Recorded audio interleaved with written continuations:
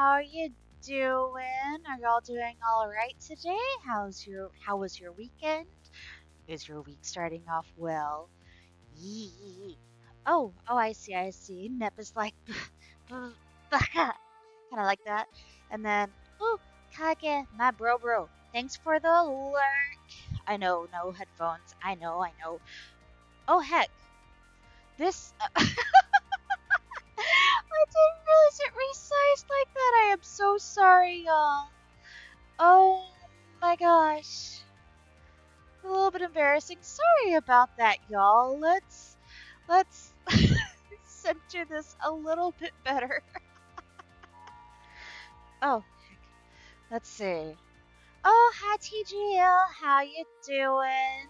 But yeah, hopefully y'all have, as usual, stay hydrated, stay well fed, still be the well rested, that sort of thing. Take care of yourselves.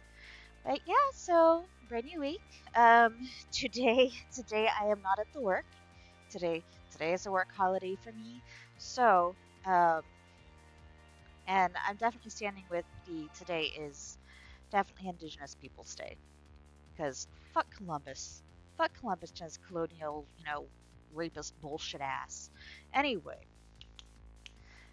so let's go. We are playing more Hustle Cat today. We did play about an hour of it. What, last week before, something like that? Yeah. So let's go ahead and get started. There's a chance that I might have to lower. Yeah, let's go ahead. Is it just here? No, volume looks like it's fine. Alrighty, we're gonna continue. Wait, user saves. Um, yeah, yeah, this is it because the other two are from 2017.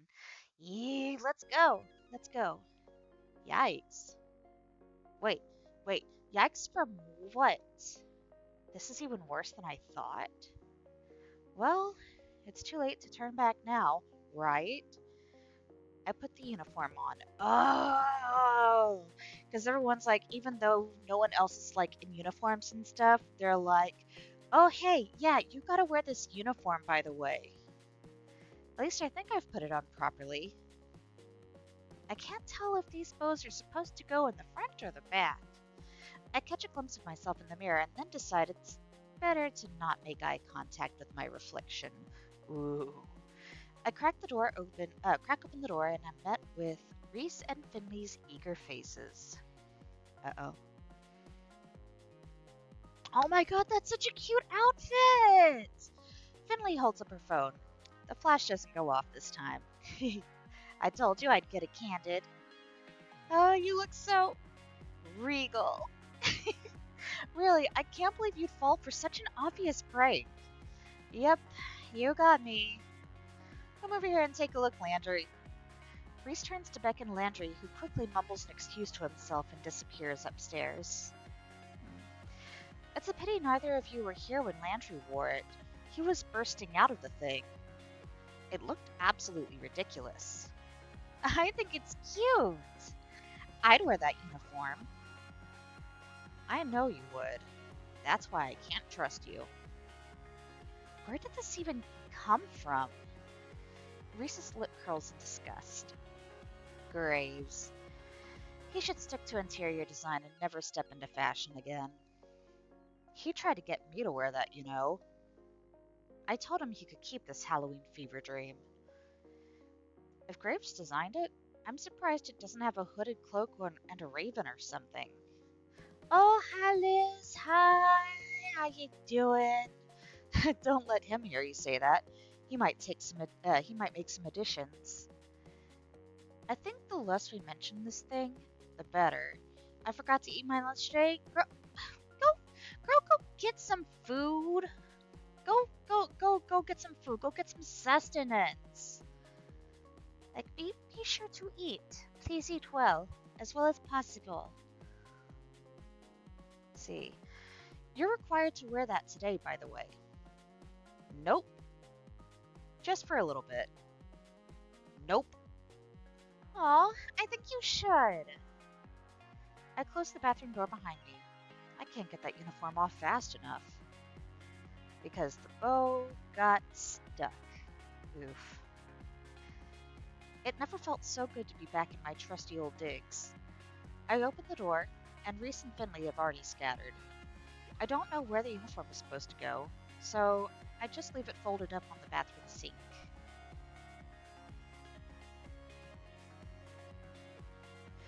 I guess I should find where Landry ran off to. He's training me today after all. I think he went upstairs? I head over to the foot of the staircase, but the cat has taken station right in my path.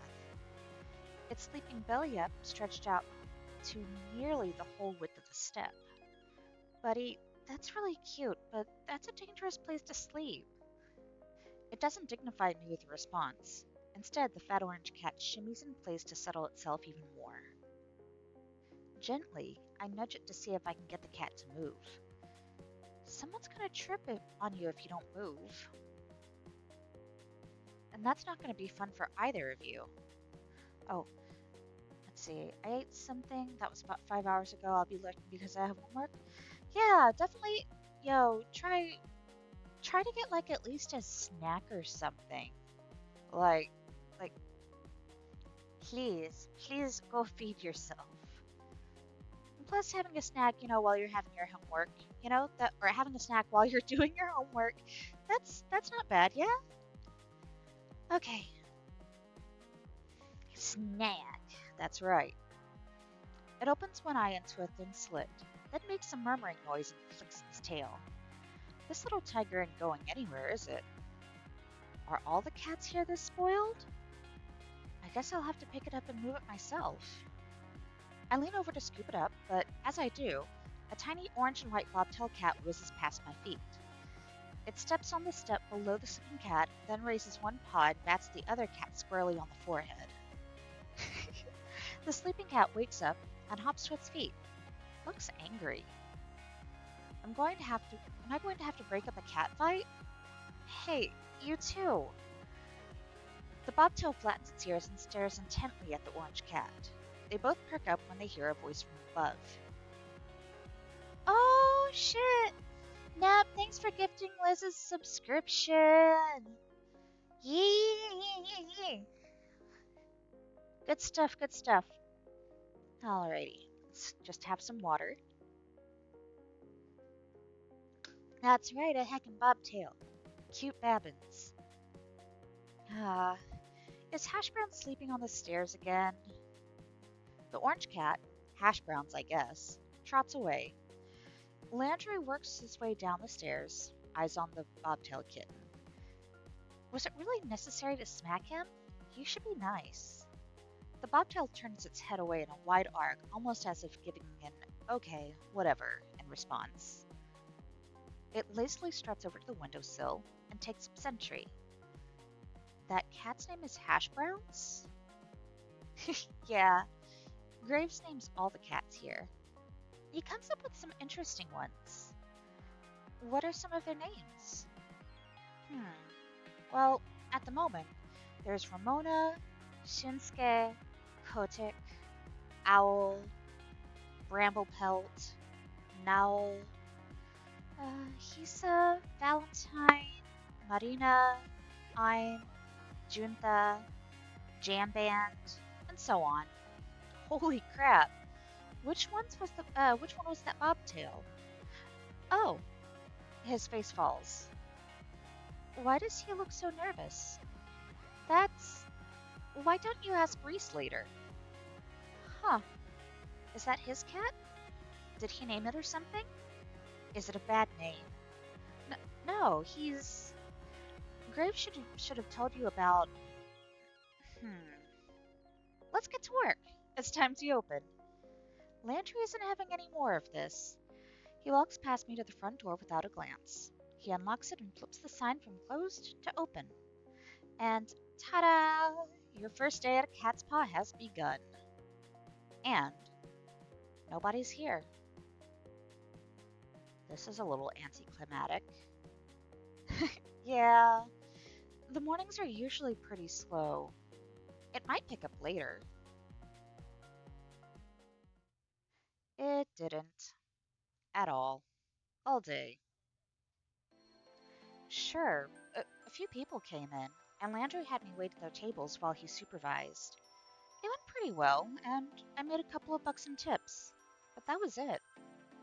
Finley came down a couple of times to check in, and I saw Mason and Hayes every time I went into the kitchen, but I didn't see Reese at all. Reese's bobtailed cat, on the other hand, was all over the place. I think I see why he's taken a shine to this one. They're both complete hams. Not that I mind that it was slow. I just meant I got to play with the cats more.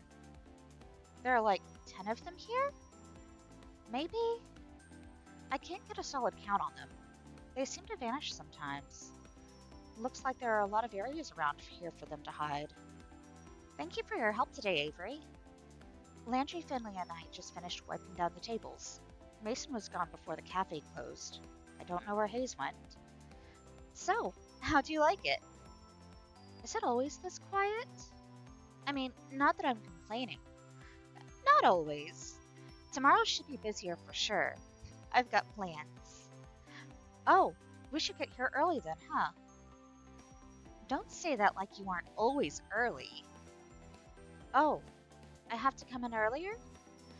Don't worry about it too much, Avery. Just show up at your regular time. Okay, thanks. I can't imagine what busy means here. Like, what, 6 people in here at the same time? I've got a little more work I want to do on the blog, so you all go ahead. I'll close up if Graves doesn't get here to do it. Oh, thank you. Avery, you can head out. Thanks. Are you leaving now? I could walk with you. I'll be out in a bit. You go on ahead. Oh, all right. See you all tomorrow. Night.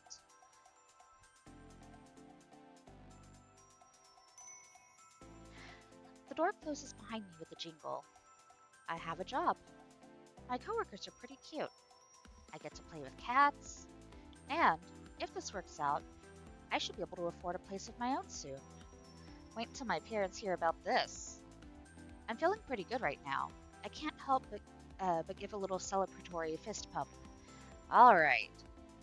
I think I just heard someone snort a laugh behind me. I thought I said that pretty quietly. I turn around to see who it is, but there's nobody there but a cat. 2 cats, actually. Cats from the cafe. Reese's cat and the Siamese cat, to be precise. Crap. How did they get outside?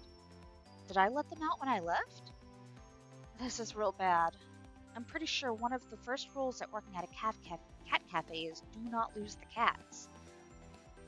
They're not looking at me anymore. Now's my chance. I start creeping toward both cats. If I move too suddenly, I might spook them. I only make it a few steps before I see the bobtail's ears swivel back to face me. Without turning the rest of his head, it takes a springing leap and heads down one fork in the road. The Siamese cat continues down the same path, as casual as anything. I can't get them both, but I need to get at least one of them. Fist, pump, fry, enjoy. What? What? Nep, what do? What is? Little more water? I better decide who to go after.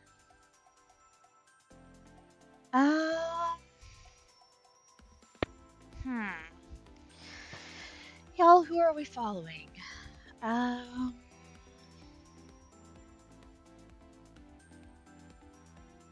Reese's cat? I know he's not supposed to be out here. What a little jerk cat. I take off after the bratty bobtail. Reese's cat suddenly stops, turns around, and plants his haunches on the pavement. He looks at me with a surprisingly bored expression. Oh, come off it, Avery. You can stop tailing me now, unless you are that bent on following me home. Uh, the cat is talking. Why? Why do you look so surprised? You knew it was me, right? What? Wh- What? Come on, my cat self and human self look so similar. They're both equally gorgeous. How did you not put two and two together? Of course, I didn't put two and two together.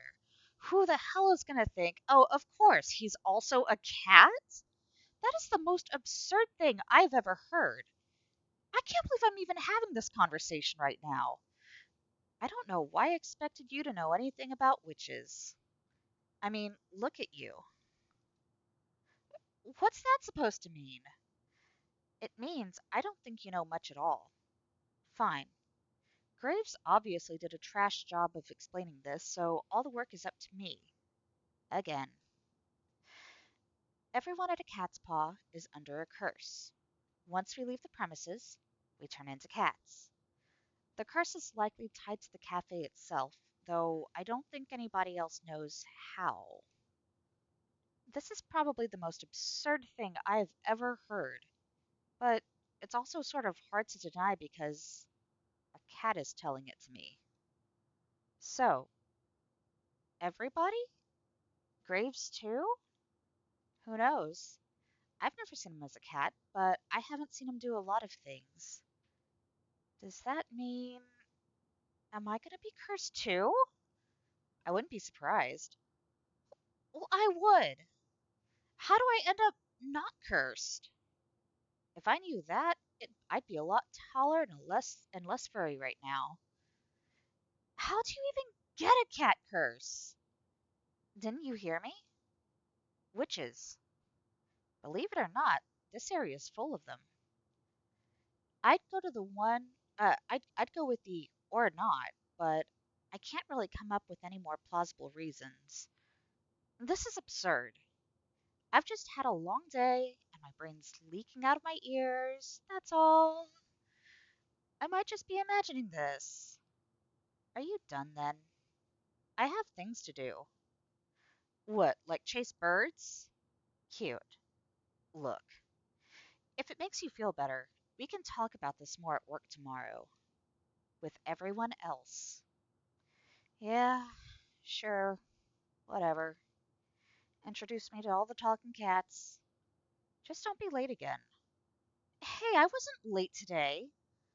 I get the feeling that if he had the shoulders for it, Reese would be shrugging right now. Instead, he rolls his head to the side. Reese stands back up. He takes a grand leap up to a trash can, then up again to the fence. Whatever you say. Good night, Avery. With that, he's gone. Uh, good night. Ooh, the sun's barely gone down, but I'm capital letter done with today. This is too much. Don't forget the food this time. The canned stuff. Uh? Did someone just say something? There's nobody here but Mochi. Aw, for crap's sake. I find him standing next to the food bowl, looking up at me with those expectant eyes. I gently nudge him with my foot. Did you just say that? Mer. Nope. Nope, I'm done. I dump the rest of the canned food into the bowl and scurry out of the kitchen. Then I dump myself in bed. I don't even want to think about it right now. I'm just gonna sleep in a real bed for once. Maybe sleeping on that couch is so much as messing with my head. I usually close the door, but I think it's a good idea tonight. I don't want Mochi whispering to me in my sleep. Ugh. Well, I wake up early enough. I surprise myself. This is gross. Who does this? At least I slept fairly well, all considered. My cheek hurts, kind of like I'm getting one of those real powerful zits. Just when I have a job where I see people all day. What perfect timing. I kick my legs free from the free I kick my legs free of the big blankets and roll off the side of the bed with my usual grace. God, this thing feels gross. I don't have any acne stuff with me here, but maybe Aunt Wendy had something I could put on it? I trundle over to the vanity to assess the damage. Uh, that's not a zit! That is a whisker. There is a whisker growing out of my face.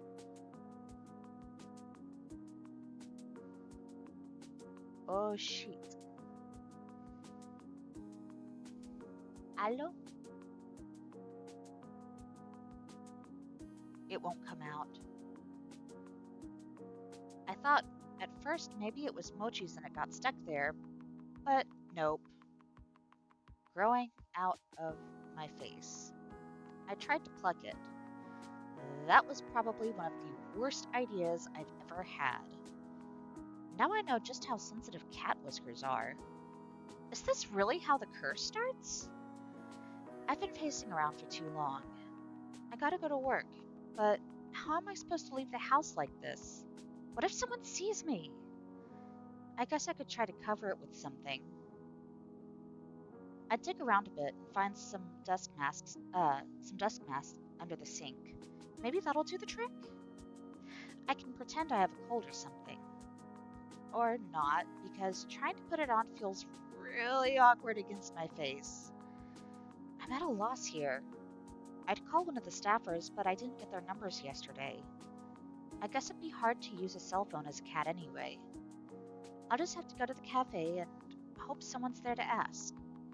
I didn't run into anybody on my way to the cafe yesterday, but knowing my luck, there'll be a whole crowd or something.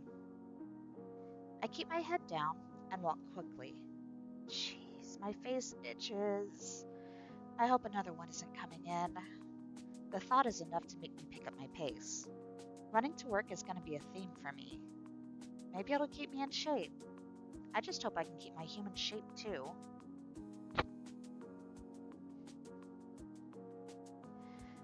Why are there so many people milling around the front of the cafe today? This is exactly what I was dreading.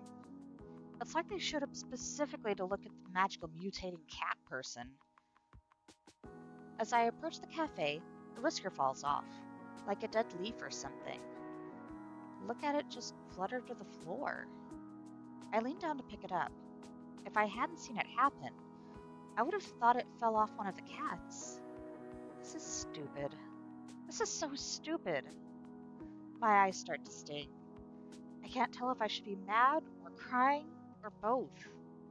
This is just really, really stupid, and I don't want to have to deal with it. I kick the door open with my foot, but it's actually pretty heavy, so it just sort of nudges open. Where the hell is Graves? Looks like most of them are already here. They're already setting the table for breakfast. Like this is just a regular normal day where nobody grows cat whiskers. Oh, Avery. I don't think he's in yet. What's the matter? This is the matter. This whole dumb situation. He probably can't see the whisker I'm waving around, but I don't care. He knows what I'm talking about. Oh, is that yours? What kind of cat are you? I'm not any kind of cat. I'm a people.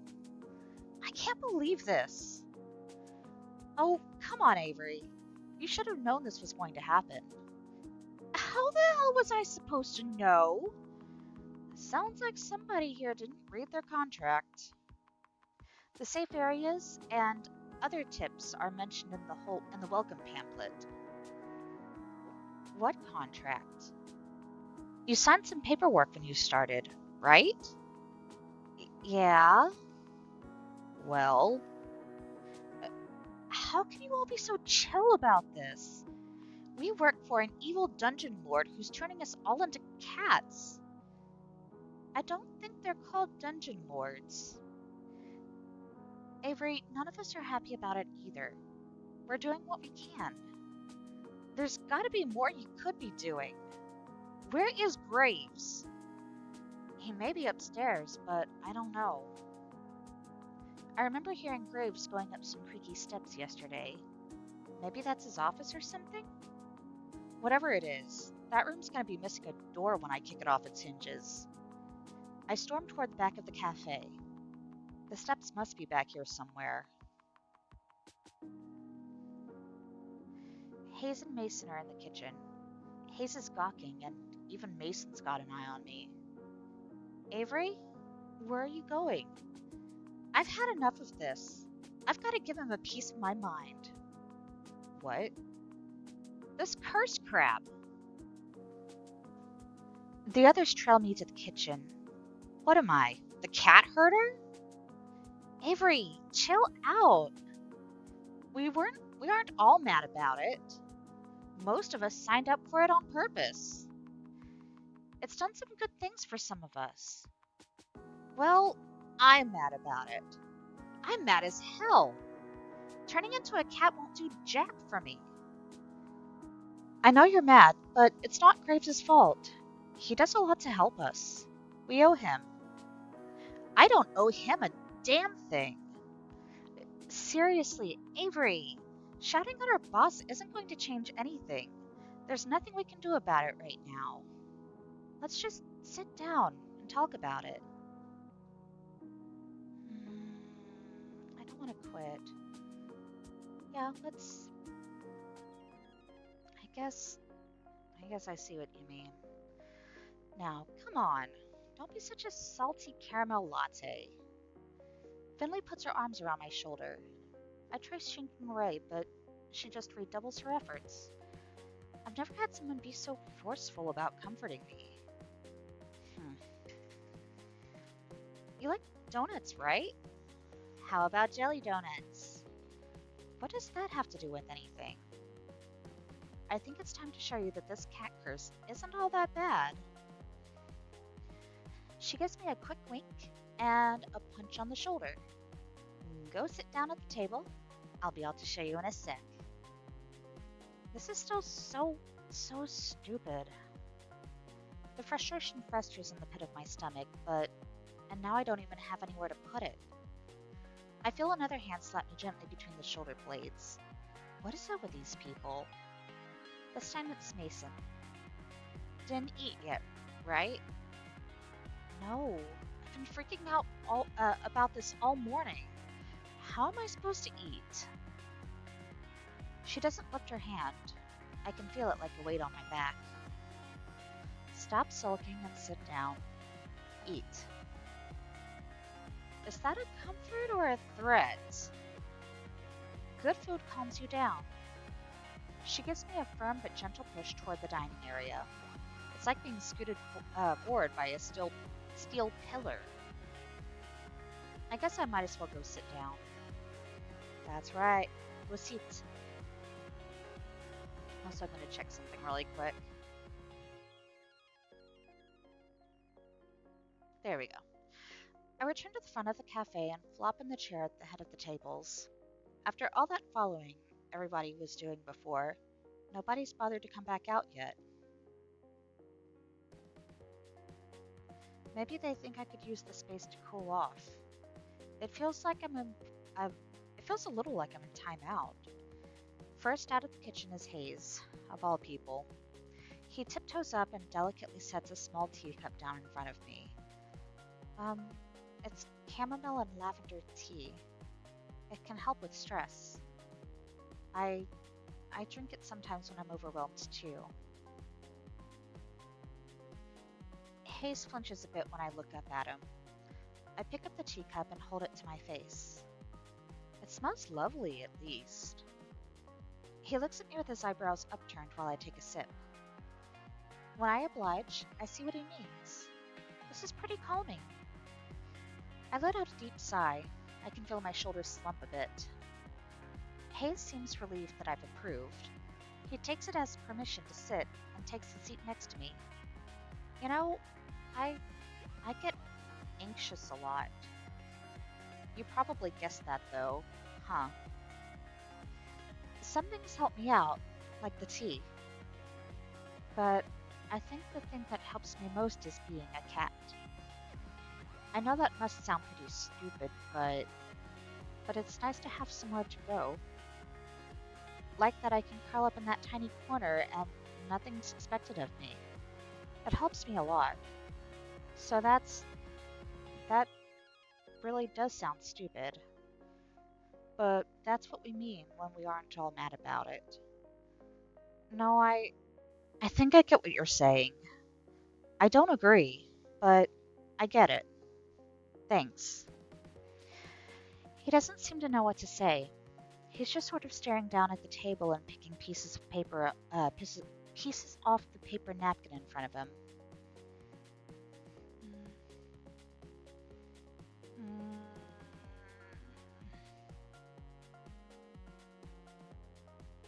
mm.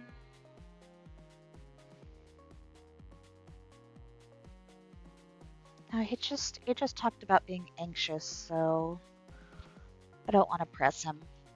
Okay, I get it for someone like him. Does that mean I should give him his space?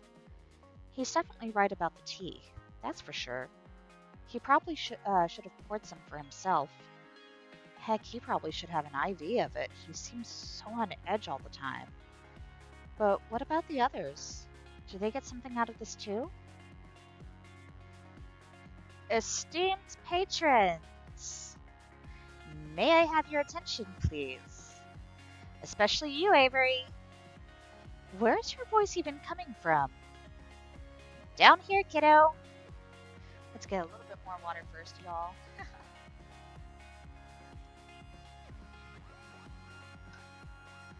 Eh? I look down and... Your jelly donut? It's me, a real-life internet sensation. You should see the look on your face right now. Wow, you've really capitalized on this curse, huh? I just started making videos as a way to have fun with this situation. Who knew it would make me a celebrity? I'll give you my autograph later if you like. No, I'm fine. She gives me like a playful pat and then gives me a wink. You're so starstruck. I am not. You so are. I bet you spend a lot of time on the internet. I bet you know all about me. No, you're blushing. Why would I be blushing about a cat? Oh, cut the shtick, both of you. Reese saunters up, serving platter in hand. He nudges Finley aside with his foot, scooting her a good distance from the table. Rude. Are you over your temper tantrum, Avery? Well, I almost was, but then you had to come in here and call it a temper tantrum. No sense of humor, just like I said. He reaches over my shoulder and sets a plate of pancakes down in front of me. Ooh, pancakes. Finley, go change back. I don't want your dirty feet on the table. God, I am going to sneak nip into your clothes next time you're on cat detail. Despite her threat, Finley saunters off, tail flicking, into the break room. She returns a moment later and flops down in the seat across from me, but not before grabbing another stack of pancakes from Reese. She's already digging into her food when Mason comes up from the kitchen and takes her usual seat. Landry follows close behind her with another tray of pancakes, and the rest of the table pounces on the breakfast prey. How are you feeling, Avery? Better, I guess. I'm glad to hear it. We didn't mean to spring this on you, but I think we all forgot how confusing it was at the start. I know I assumed you already knew that was happening. So am I the only one who didn't read the contract? Did it say, like, hey, I'm going to turn you into a cat, or something? Not in so many words, at least. But, of course, we all read it, right? Wow, the varying degrees of sheepishness going around this table right now. Nope. I didn't really understand the safe zones talk and things. I thought it was about safety protocol, but I didn't ask. Hayes shrugs and looks intently at the maple syrup pulled on his plate, which I'm choosing to interpret as no. I skimmed it.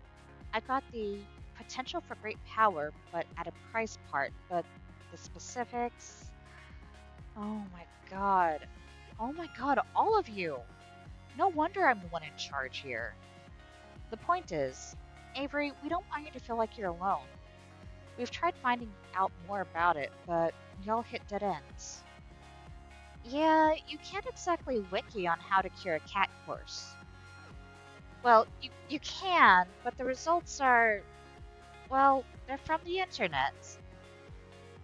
Why didn't you just ask him? Oh yeah, I did. But he said something like, we are but actors on the stage of life, and we have been cast in the drama of this cafe.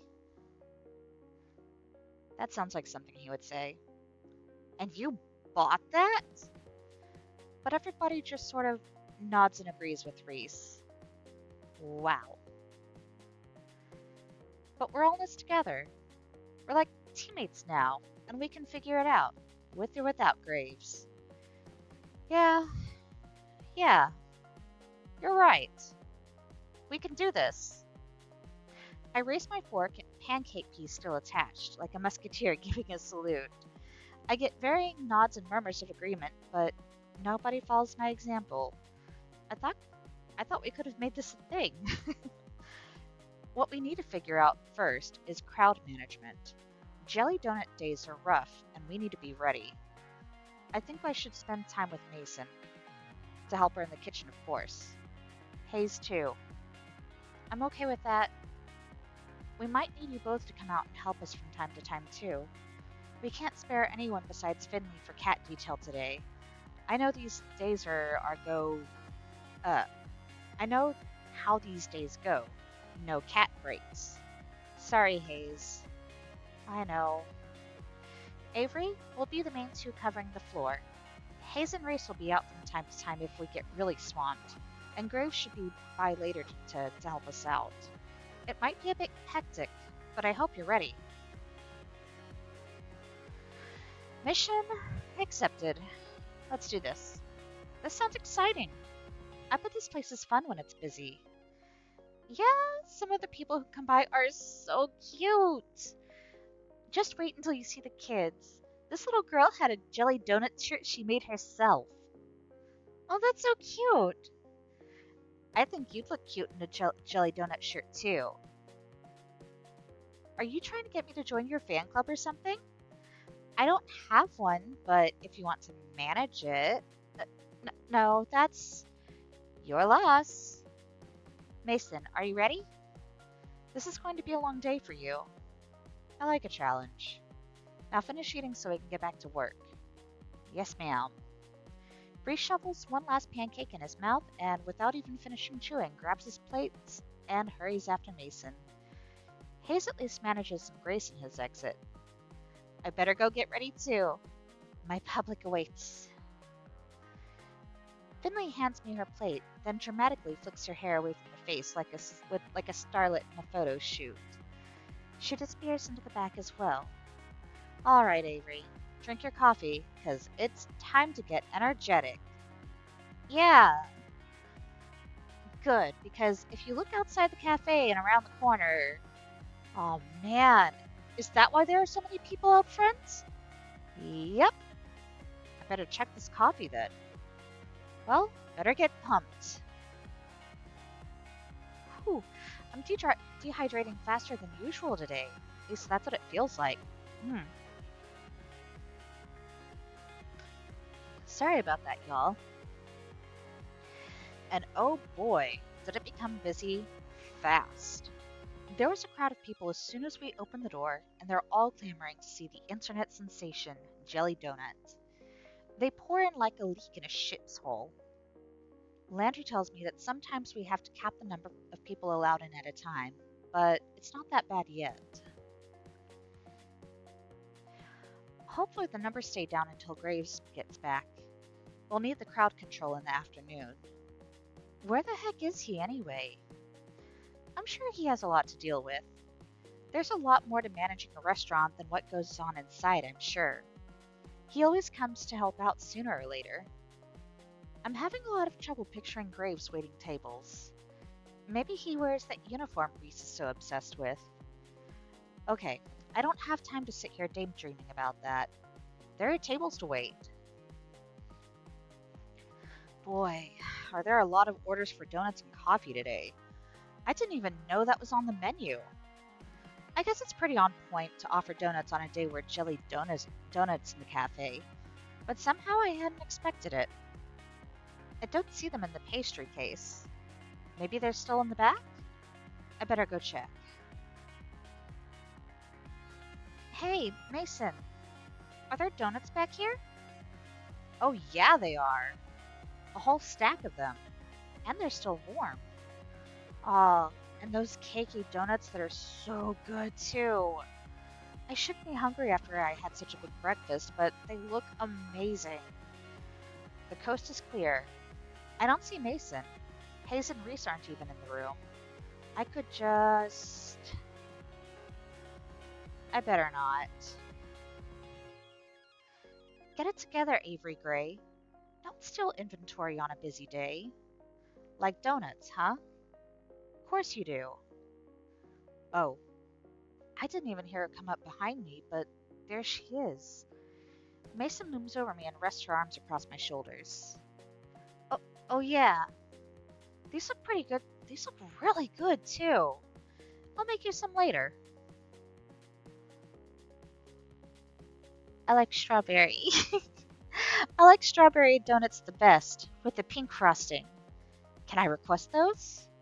Strawberry, huh? Not what I expected from you. Is that good? It's nothing. Oh, and with the chocolate drizzle? Sure. And sprinkles! Sure. And don't get carried away. It's too much for one donut. Are you sure? I have some ideas that'll revolutionize the donut world. Now stop wasting time. It's busy out there. Right.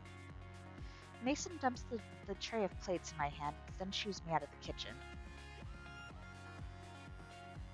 I bring the plates to their respective tables. I'm getting really good at this waitstaff stuff. Oh, thank goodness you're back, Avery. We're so swamped. Avery to the rescue!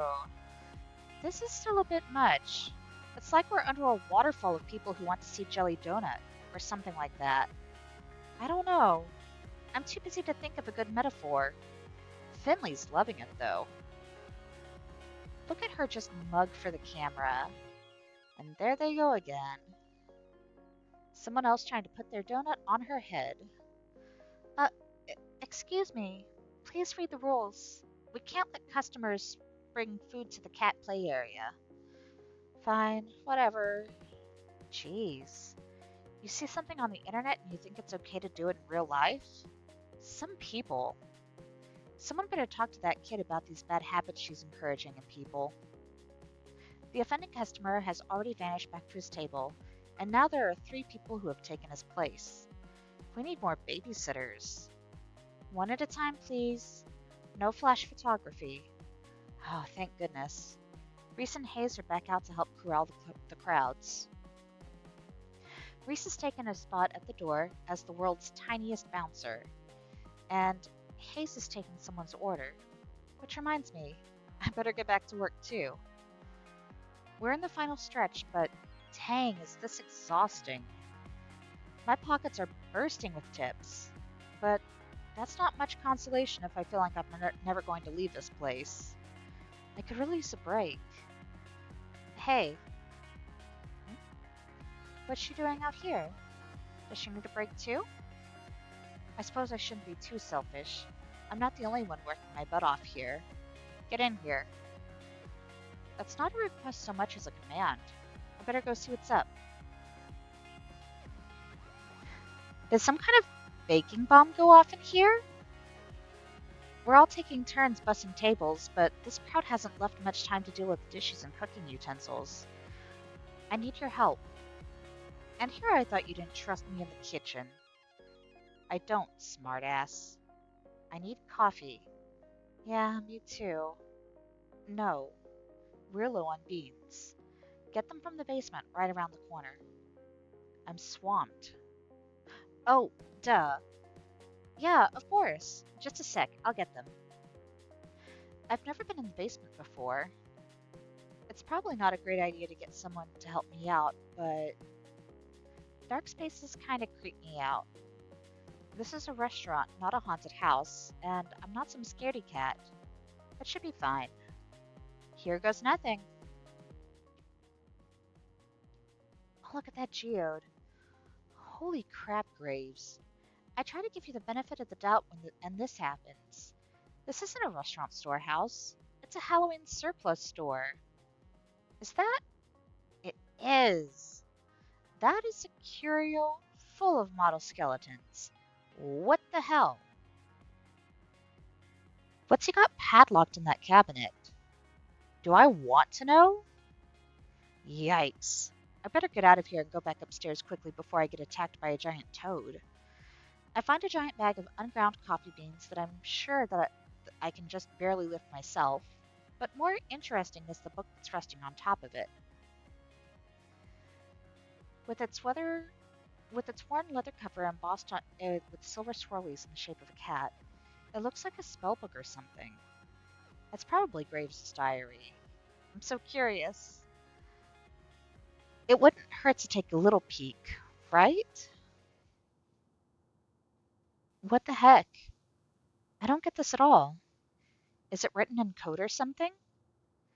This is all nonsense. Wait a second. Why is my name in here? Ew, is Graves writing about me in his diary? Avery. Ooh, she sounds mad. Now is not a good time to start reading. The book is real tiny and fits just right in my hoodie. I'm gonna look through this when I get home. It's probably nothing, but after seeing my name in it, how could I resist taking it home for a better look? I'll bring it back before anyone even notices it's gone. Okay, but seriously, I should leave before a crow lands on my hair or something. I heft the coffee bag in my arms and trundle up the stairs back to the kitchen. Ah, light of day. It was too quiet in that basement. I barely get the door open when I hear muffled noise from the dining room and the clanging of pots and pans in the kitchen. Get lost? Took you long enough. Sorry, I don't know my way around there yet. Creepy, isn't it? Yeah, I'm glad you said it. It gave me the chills. I like it. Somehow, I'm not surprised. Thanks. Now get back to work. Oh, okay. Anytime? The whirring of the coffee grinder starts immediately after I start talking. This conversation is probably over. Better get out there and see what's going on.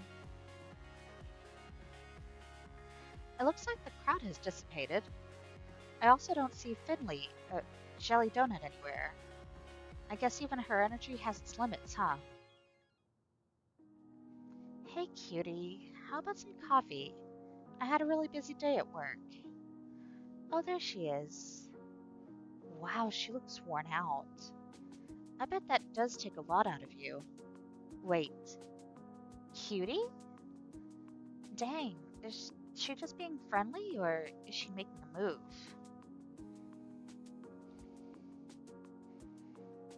One coffee coming right up. You want me to put anything in it? Oh, you sweetheart. Skim milk and 2 sugars, please. You got it. I fetch her a cup of coffee, just the way she likes it. Once I make it back, I catch her looking at her phone. The cafe got some really good comments today. We should see a nice boost in traffic from this. So is this what you mean by social media expert or whatever? Yep. I run the company message board and all those other accounts. Jelly Donut was something I started doing to get more cafe traffic, to get so big. Ah, okay. It's actually a lot of fun. You should join me when you start transforming me too. I could use a sidekick. Oh, yeah. I'd forgotten about that until just now. Oh, sorry. I'm just trying to help. Here, come sit with me a sec. It's quite enough that Landry can take care of the remaining stragglers. so it should be fine if we sit for a minute or two. Really, though, it's gonna be fine. We all stick together here, and you're part of the family now. Got it? You have sprinkles in your hair. She reaches up and finds a treasure trove of sugar stuck in her bangs. So I do. I mean, I mean it though, got it? Yeah, thanks. Got any room for another at this table? Huh, I guess there weren't too many left after all. I glance downstairs and it looks like he's already locked the door. Always. Landry scoots a chair next to Finley. I guess the cafe is closed now. I expect you all won't spend too much time lollygagging. We have cleanup to do. Jeez, Dad. Lollygagging? Really? I don't know. It was the first word that came to mind. Reese, why don't you sit with us too? We could all use a break. I suppose so. Where are Hayes and Mason? Oh, you know Mason. She's probably already gone. She doesn't stick around after shifts to help with cleanup.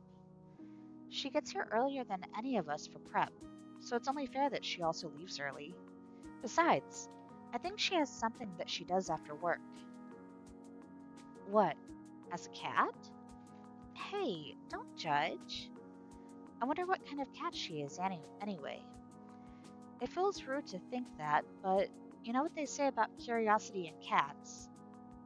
I should see if she's here to thank her for her work. I'll be right back. Tell Hayes to come join us if you see him. You got it.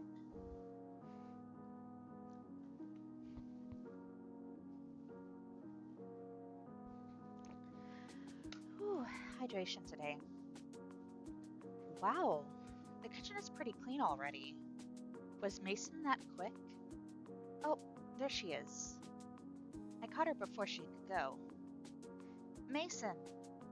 What? Oh, you really busted your butt today. Thank you. That's my job. She's already got one foot out the door. She seems irritated that I interrupted her. Mm,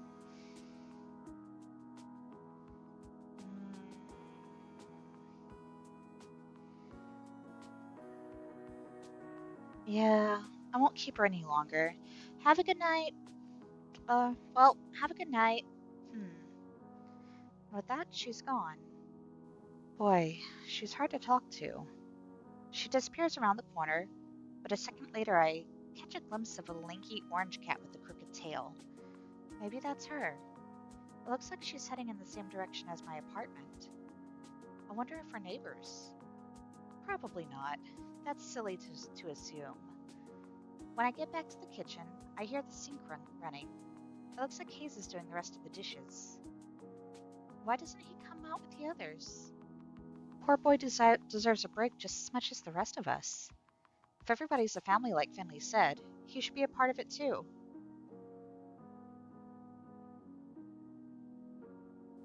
Let's help him with the dishes.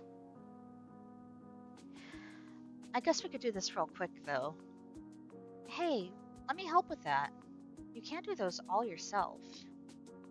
Oh, you don't have to? Yeah, I do. Or I'm gonna feel bad leaving you in here by yourself. I like it that way. Too bad, 'cause I'm here. He turns the sink back on and looks away from me. I guess I was a little forceful? He's acting like I scolded him. We do the dishes together quietly. He washes, I dry. This is really awkward. So, Hayes looks a little startled, like I just shouted at him. I was only trying to break the silence, but maybe I should have had a good follow-up? You been working here long?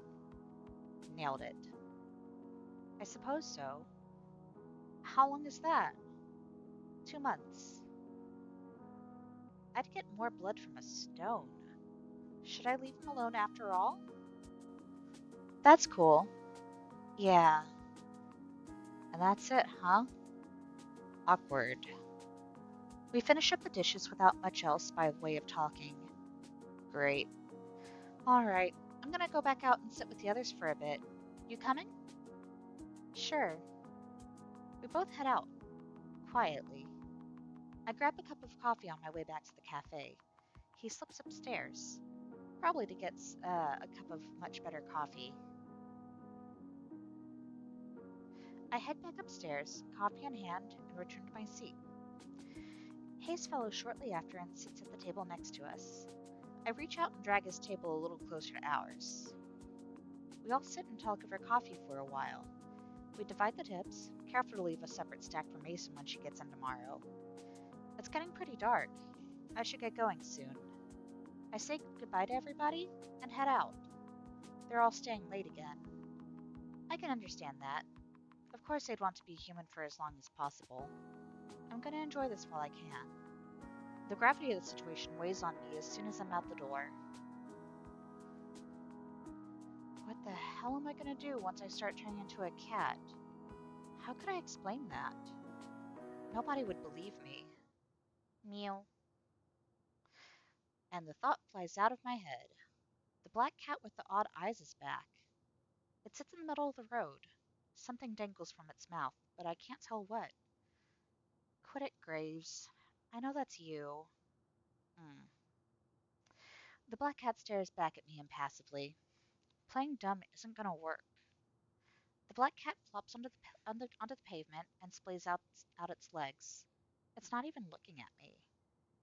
Maybe I'm off on this hot tip after all. I guess sometimes a cat is just a cat. Everything's getting to me. All the more reason to go home and get some sleep. I'm almost home now. I should figure out what I'm going to do for dinner. Ah! Something just hit my back. Get it off, get it off, get it off, get it off! Wait, it's gone? I see the black cat at my feet. What the hell? Damn it, Graves! I don't care if this cat is Graves or not. I'm calling it that until I'm proven wrong. Meow.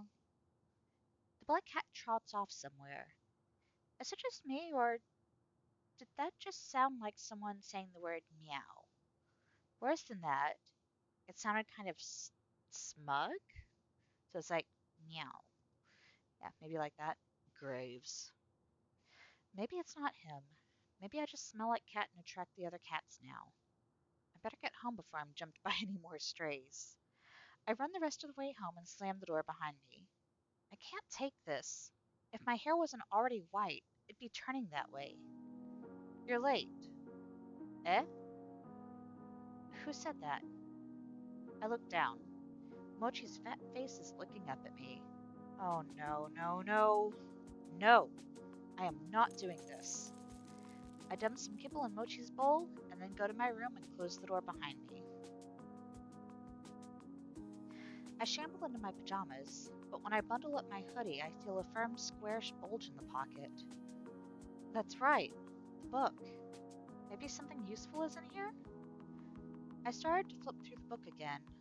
There's my name, and there's Hayes, Finley, Mason, Landry, and Reese. This must be a clue of some kind, but I don't know what it's supposed to say. All these words look like they've been written by birds hopping around in ink. I toss my hoodie on the floor and get to work. Maybe I can decipher it? If I hold the book upside down... No. Is there a cipher? Nope. I don't know why I bothered looking. Of course it won't be that easy. I try for another 20 minutes or so, but it's useless. I give up. Frustrated, I drop the book. It hits my hoodie ungracefully and tumbles over. I shuffle them away with my foot, and something tumbles out. What is that? It looks like it fell out of the hood. A bookmark? Did I leave that there? Why would I put anything there? I pick it up. It looks like it's got some weird holographic center. It's kind of pretty. I should bring it back to the cafe tomorrow along with that stupid book. I go to tuck the bookmark into it for safekeeping, but... Hold up. I can read with this. I don't know how it got here, but it's the key to reading this book. The hallowed covenant of witchery? What? Did Reese say something about witches the other day? This might be a good lead to whatever's going on. I settle in with the book and start from the beginning. I've been doing this for days now. I wake up, go to work, come home, lose myself in the grimoire, and barely make it to bed right before the sun comes back up. Lather, rinse, repeat. Listen to me. I'm calling the thing a grimoire now. I can't stop reading this dang book. Or mumbling to myself, I guess. But seriously, there's all this stuff about witches, covens, powers. I've never seen anything like it. Sometimes I don't even understand the words on the page, but they make me feel strange when I read. Powerful, I guess. Like, if I keep going, they'll suddenly click into place and I'll learn something unknowable. It's getting to me, though. I feel haggard, and my coworkers have pointed out that I'm getting some wicked bags under my eyes. I haven't told them about the book. I bet they just think that I've been up playing video games or something. Mer. What's up with you? You're so friendly lately. Since when do you sit in laps? They do say that some witches get familiars. No, that's ridiculous. I'm getting ahead of myself here. I am not becoming a witch. I've been trying some of the stuff in the book out, though. Just a bit. You can't blame me for that. Hear me out. But I think I managed to move a cola can with magic. Maybe it was balanced weirdly or something and fell on its own? But it felt like it worked. I've definitely been reading this gibberish book for too long. I should stretch my legs or something. Right, Mochi? Muck. Really? See? Even Mochi agrees. And he hates exercise. Hey, it's actually pretty early. Reading a dusty tome all night actually reset my sleep schedule to a normal one. I'm gonna celebrate with some coffee, breakfast, and a nice walk. When did I become a coffee drinker anyway? It's not bad at all, now that I've gotten used to it. The stuff I drink is actually a real shade of tan by now. Almost. My palate is refining every day. I just kind of want a big old cheese Danish or something, too. Well, there's that corner store down the road. I've been in there for a lot of stuff, and their breakfast pastries look really good. I could also just stop by the cafe. It's closed to customers today, but I bet someone's hanging around who will make me a nice fancy cup of coffee or something. Um, Should we get some from work or go to the corner store? Let's go to the corner store for coffee. I want to see. You know what? I eat at the cafe all the time now. Why not get some variety? This place is really cute and handy. I'm not really a grocery shopping kind of person, but if I was, I'd do it here. The snacks are choice, and the little bakery window behind the counter has some surprisingly delicious donuts. I think the owner makes them himself. The owner's a real gruff guy, but I bet he's the type that gets favorite customers and warms up to them. All I know is, I'm not one of those favorites yet. He's at the counter reading the paper right now, but somehow manages to spare me a glance as I approach, but goes back to the sports section while I pour myself a cup of coffee. Good morning. It's sure starting to get cold out, isn't it? You want donuts or what? Boy, he reminds me of a certain Shirley chef. Yeah, a chocolate and a jelly donut, please. Jelly donut. He turns to pluck donuts from the display, and that's when I see it. Her, to be precise. The scraggly orange cat curled up and sleeping on top of an overturned milk crate down by the owner's feet. That's Mason? The old man didn't hear me, but the cat sure did. Her eyes fly wide open and her pupils shrink to the size of a paper cut. I start to mouth, "What are you doing here? To her. But she's having none of this. Her crooked tail puffs up to twice its size and thrashes wildly about behind her. Even as a cat, her stare is intimidating. I know it's her, and if I don't shut up, she's gonna come at me. Here's your donuts. What do you do to my cat? Nothing. I think she doesn't like the way I look or something. Anyway, bye. I leave the bunny on the counter and make a hasty retreat. How weird. I didn't expect Mason of all people to be some store mascot. Something weird is going on here. I hope it's not so weird I can't go there anymore. This donut is delicious. I decide to head over to the cafe a bit. I hope they won't get on my case about having outside food. I think they kind of won't really care though. Mason is probably the only one who'd give me grief about that. And well, when I get there, I already see some movement inside. Normally I'd be weirded out by people hanging out at work on their day off, but cat curse and all, I get it. Hayes opens the door for me, and looks like he's the only one here right now, actually. I see him glance down to the coffee in my hand. Where did you get that coffee? Oh, from the corner store a few blocks away. It's on my way here. You could have come here. He looks a little disdainful? I kind of like knowing that such a shy guy has a bit of a snobby side, though. There's something hiding in that shell for sure. I sink into my favorite spot on this big circle couch and take a big old sip of my coffee. I could sit here all day. Maybe I will. Oh, Avery, you're here early. Yeah, I thought I'd come and see what everyone's doing. I've been cooped up in my house too long. It's good to see you. I'll be around doing some handiwork, but let me know if you need anything. Oh, don't worry about me. It sounds like you'll be busy enough. There's the door again. Hello, hello. So, Avery, what breed are you? Do you know yet? Excuse me? Cat, I mean. Sorry, is it still a sensitive subject? No. Nothing's happened to me since the day I grew the whisker. I figured it'd take more time. That's strange. I turned in about a week. Yeah, me too. Hayes nods from the other couch. This wouldn't be the first time Avery's slow on the uptake. Were you just standing there, waiting for a chance to say something like that? Of course not. He totally was. They're right, though. Playing with that book made me totally forget about the curse. Why hadn't I seen any changes since then? Well, I'm gonna go do some laundry. Let me know whenever you find out. I'm betting you'll be a silver tabby, or something pretty like that. I hope the type of cat I become is still a person.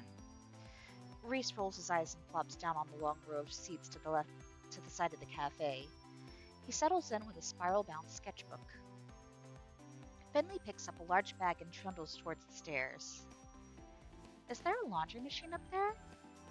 Yeah, in Graves' apartment. He lets us do laundry here for free.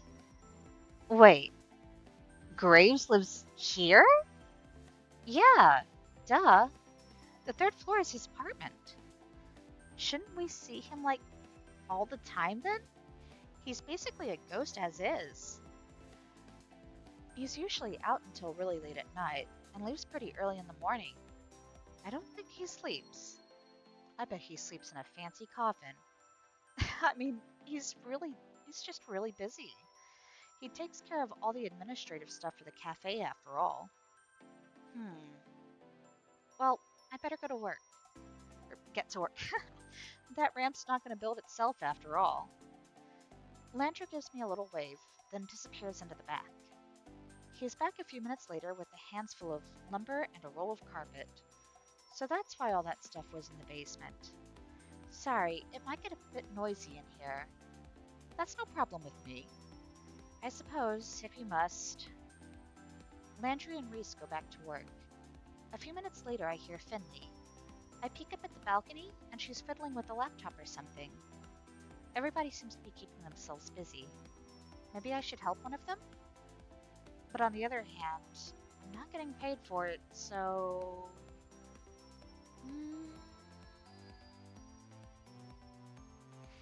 Hmm.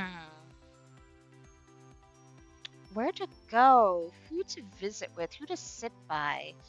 Um, you know what? Just out of curiosity, let's see what Finley's doing. I'm pretty good with computers.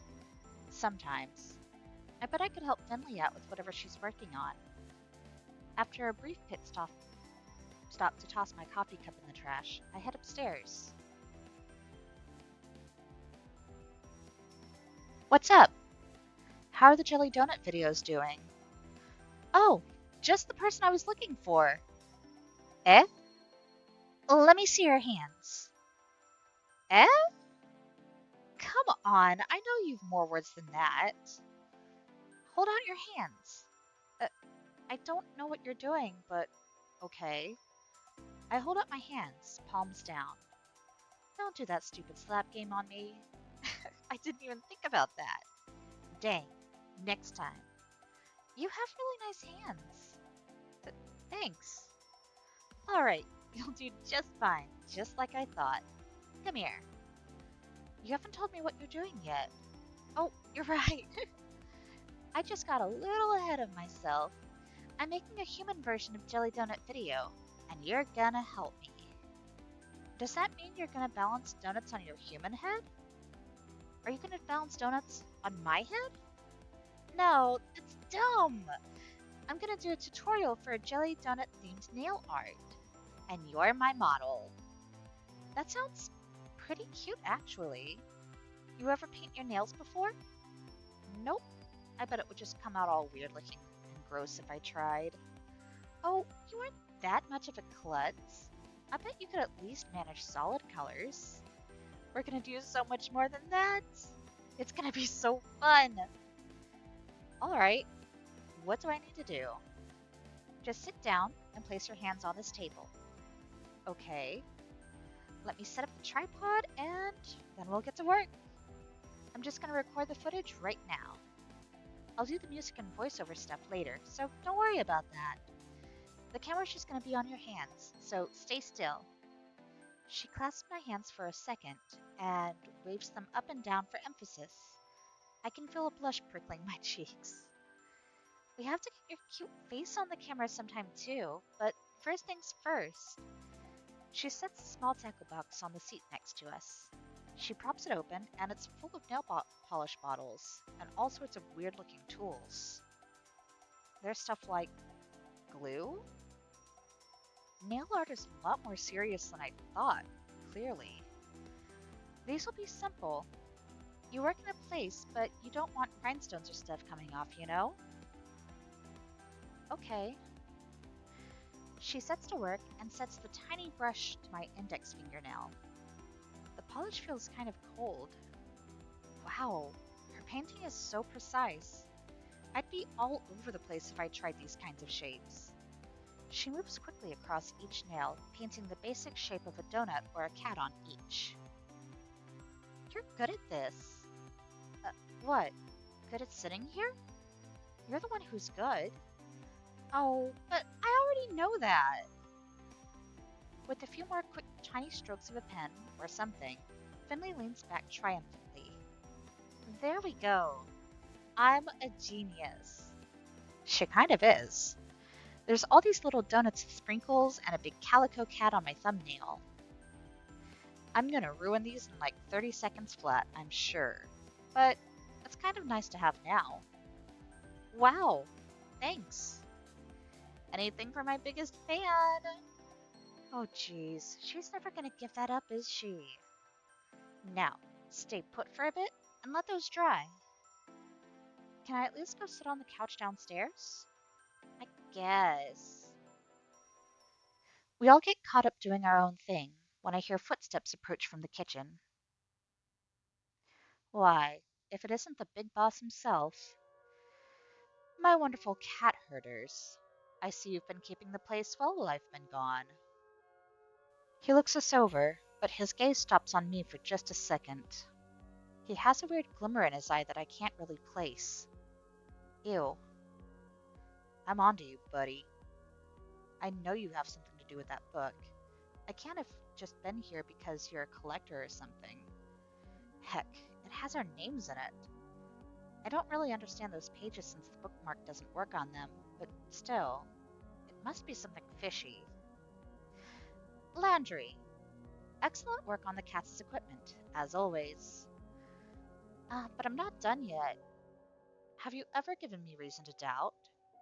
I know you'll do a stellar job. We can talk about future designs soon. Sure thing, boss. Reese, I've seen you've been keeping up your protege in line. Keep up the good work? Of course. Nothing gets past me. The eyes and talon of an eagle. Protege. Are they talking about me? Hayes, my sweet Hayes. Can I trouble you for some of your exquisite coffee? I'd be happy to. You are a treasure as always. I hope you've been keeping well. Well... Finley! Finley peeks her head up over the upstairs balcony to shout down. Come on, just come downstairs. Presents! Your videos are keeping me busy. We had a whole new attendance record the other day. And 6 adoptions in 2 days. The home inspections never end. I'm sorry you have such a precious, adorable girl here making your business work. You are my internet lifeline. I have no head for such things. I bet he's been lost ever since telegrams went out of style. Oof. And Avery. He's real close now. I don't think I like it. He puts his hand on my shoulder and levels his gaze down to mine. That blue eye is so chilling. It really is a telltale heart situation. I'm onto you, Avery. What? You're the fastest learner we've had here yet. I forget you're still new. I feel like he's not just talking about the cafe work. Well, I've been doing a lot of studying. So you have. So you have. He lets go of my shoulder and turns away to the rest of the employees. He definitely wasn't talking about the cafe. He definitely knows something about that book. I'd ask him more, but maybe it's not a good idea in front of everybody else. I'll chase him down later when he's leaving or something. I have to get more information. Where's Mason? I wanted to see her today too. She hasn't been showing up as much on days off lately. Maybe she's found a comfy gig in an old cat lady's or something. Haven't been to your place in ages, though. And when did you get here? You startled me. Oh, Mason, I'm glad you're here. It wouldn't be the same if you didn't join us. As much as I adore your cooking, today I'd rather give you respite. Think I'm gonna cook on my day off? Huh. Of course not. That is why I will take the pleasure of providing you, my dear employees, with dinner today. But first, an announcement. He slips back into the kitchen for a moment. When he returns, he's holding a garment bag. No. You haven't even let me make the announcement. I know what this is. Absolutely not. For my more cooperative employees, then. With a surely practiced flourish, Graves unzips the garment bag and lets it fall to the floor. Oh no. No. No. Is that somehow both plaid and checked flannel? I didn't know you could make a suit out of that type of material. There's a sort of appalled silence from everybody. Reese looks personally offended. Mason just straight up leaves. No appreciation for your new uniforms. And to think, I had it made in your size, Avery. Try it on, Avery! She's still shouting down from the balcony. I can't blame her. I wouldn't want to get any closer to that suit either. I'd rather wear a potato sack. And I went through such trouble to have it made. Check with us next time before you waste your time. 'Tis easier to beg for forgiveness than ask for permission, as they say. See? And you knew we wouldn't agree to it. Well, I'll leave this here in case you all come to reason. Take some time to admire it. I'll be off for one last errand, but trust when I return, you'll all be treated to a wonderful meal. Until then, farewell. With that, he disappears into the kitchen. I'm going to follow him, just to see what happens when he leaves. I go to the kitchen in time to see him slip through the back door. I'm sure I'm going to see that black cat. I just know it. I peek out the door as he leaves. He gets further and further away from the cafe, but I don't see him change. Not even when he gets past the point where I know he's off cafe grounds. I guess the others already assumed he wasn't affected by the curse, but why? Does this prove he's the culprit? How else would he escape whatever it was that got everyone else? Even though, to be fair, I can't use that as proof. After all, I also escaped the curse, and I sure as heck didn't cause it. This seems like as good a time as any to see if I can find out more about what's going on. I peek back into the main cafe. Looks like everybody's back to whatever they were doing before. The newly arrived Mason has kicked up her feet on the couch and already seems to be dozing off. Finley did say we have free access to Graves' apartment after all. I could go look and see what he's got hiding up there. I'm also kind of curious about what it looks like. But then again, if he was hiding something there, wouldn't everybody have noticed by now? Maybe he keeps all his magic stuff in that creepy basement. I wonder which would be better to search. Hmm, let's go down to the basement. It worked the first time, right? Okay, so y'all, we're going to take a very, very quick bio break here. Um, yeah, we also got to get some more water. We've been drinking water like crazy.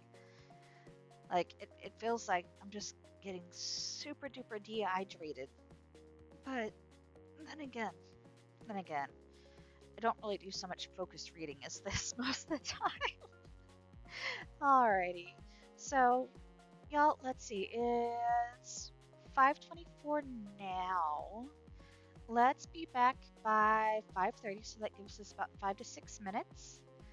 And yep, we'll be back here shortly. Thanks, guys. Thanks in advance for sticking around.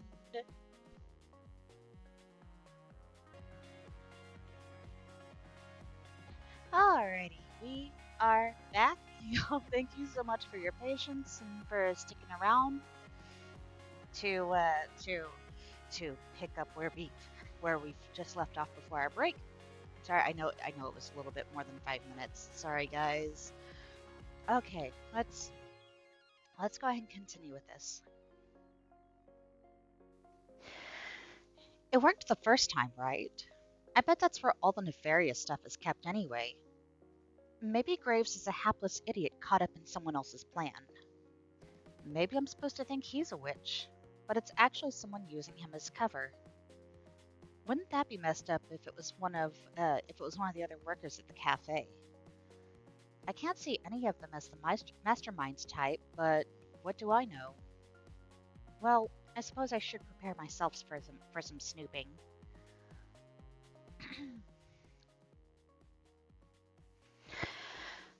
Boy, this place gives me the chills. I mean it. It's like 10 degrees cooler down here than it is upstairs. Now, if I were a witch, where would I hide my witchery and witching accessories? I take a brief walk to the immediate left of the stairs, but there's nothing here but cafe and cat supplies. Maybe the bulk coffee is also ground up and used to make arcane sigils? Or maybe I'm reaching. The right of the stairs has more interesting stuff anyway. I kneel down to get a closer look at the curio filled with crystals when I hear something creaking above me. Crap. Is Graves gonna catch me? No, he left. I'm hearing things. I resume my hunt. Maybe these are magic crystals after all. Creak, creak. Hello? Oh, it's just you, Avery. My imagination was going crazy when I saw that open door. What? You think something would be down here? I've played too many horror games not to consider the possibilities. Like, too many of them start like this, you know? Yeah, I've watched those games. Like, you think everything is fine, and then, poof. You know, like when you go down the stairs and you're stuck in the hell dimension? A hell dimension filled with party supplies and bags of flour. Oh, don't say that like you aren't skeeved out to be here. Of course I am. There's a scene like this in this one game, West Falls. You ever heard of it? Nah, we gotta work on your repertoire, you know? Anyway, so there's this scene where the main guy, Sage, is in a creepy basement like this. And then, bam! I feel hands on my shoulders, even though I know it's Finley. I can't help but jump. Ugh! She pushes me against the wall, or at least tries to. But we don't get that far. I'm just sort of leaning back. A shadow is all up in his face, and you've got to shake it off. Oh, I get it. I get it. Sorry. It was this big surprise. You'd have to play it, I guess. There's another game I should lend you sometime. Boy, she's real close right now. Like, really close. Not that I mind. So, what are you looking down here for anyway? She doesn't really bother to let go. Instead, she puts her arm around my shoulder like we're going on a walk together. Nothing particularly. I just wanted to explore a bit. You know, last time I was down here, I think I saw a ghost. It was just lying on the floor behind the cat food. Uh, there it is! Right there! I feel a hard poke in my side. Sorry. It was so cute when you're surprised. Just you wait. I'm gonna get you back when you aren't expecting it. I bet you'll try, but I doubt you'll succeed. You want to go back upstairs? Yeah, sure. I don't think we can go upstairs arm in arm, though. You just don't have a brave enough heart. I mean it. We're gonna fall if we try that. Okay, okay. She lets go of my shoulders, but puts her hands on my back and gently pushes me forward. Now, shoo! Okay, okay. Well, that was a bust. Mostly. It was kind of nice to talk to Finley, I guess. It feels good to be getting closer to everybody here. It's sort of like I finally have a social life. Well, sort of.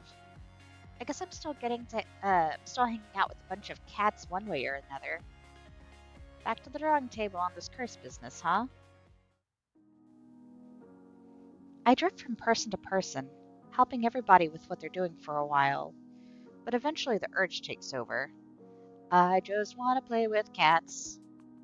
Shinsuke gets all excited when I bust out the bell toy. Guess I'd be excited too. Ella gets messed up on the catnip toy. Nao is swatting at his own tail, but I think the tail might be winning. Valentine is rolling around kicking at nothing in the air. Seems to be having plenty of fun without me. Oh, hey Kage! Came by to say hi again while on break. Hi, Howard! Yep, we are just continuing. We got shooed out of the basement that we were trying to look for like more clues and stuff. So now we're back upstairs in the main bit of cafe. Marina chases a feather on a string all the way up to the platform. Wish I had that much energy. And then they start taking naps. And that seems...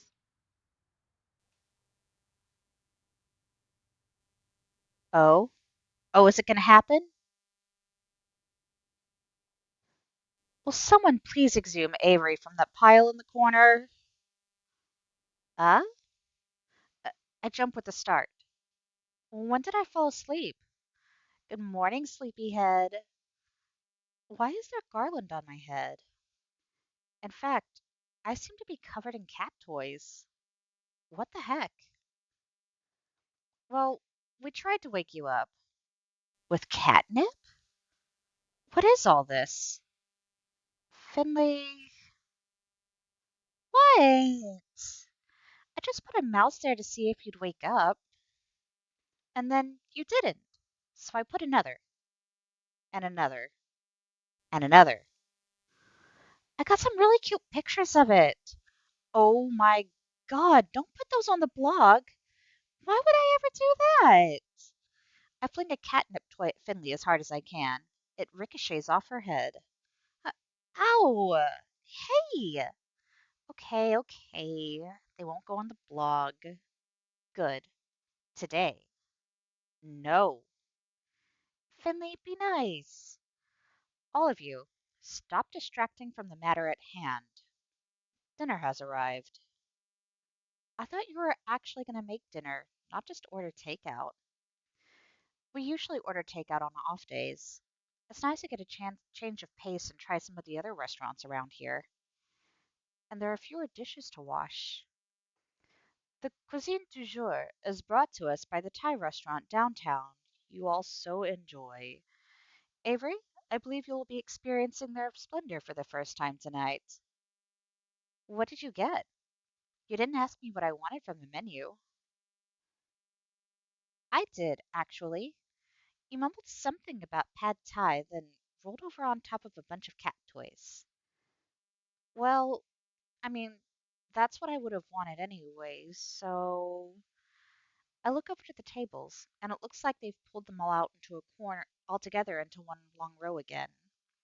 Takeout boxes pile up in the center table, and all the places have already been set. Ooh, more chat, more chat. I have 45 minutes left at work. Blog. Did this game come out in 2005? Or is it set in 2005? Um, I don't remember when the release date for this was. But, alrighty.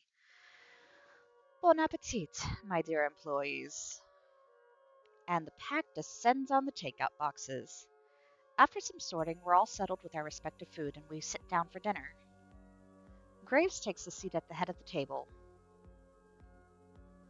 Well, he claims it in name, but he's hardly sitting at all. And when he's not flitting between us and offering drinks, he's standing behind his chair and telling a story in as grand a Graves gesture as you'd imagine.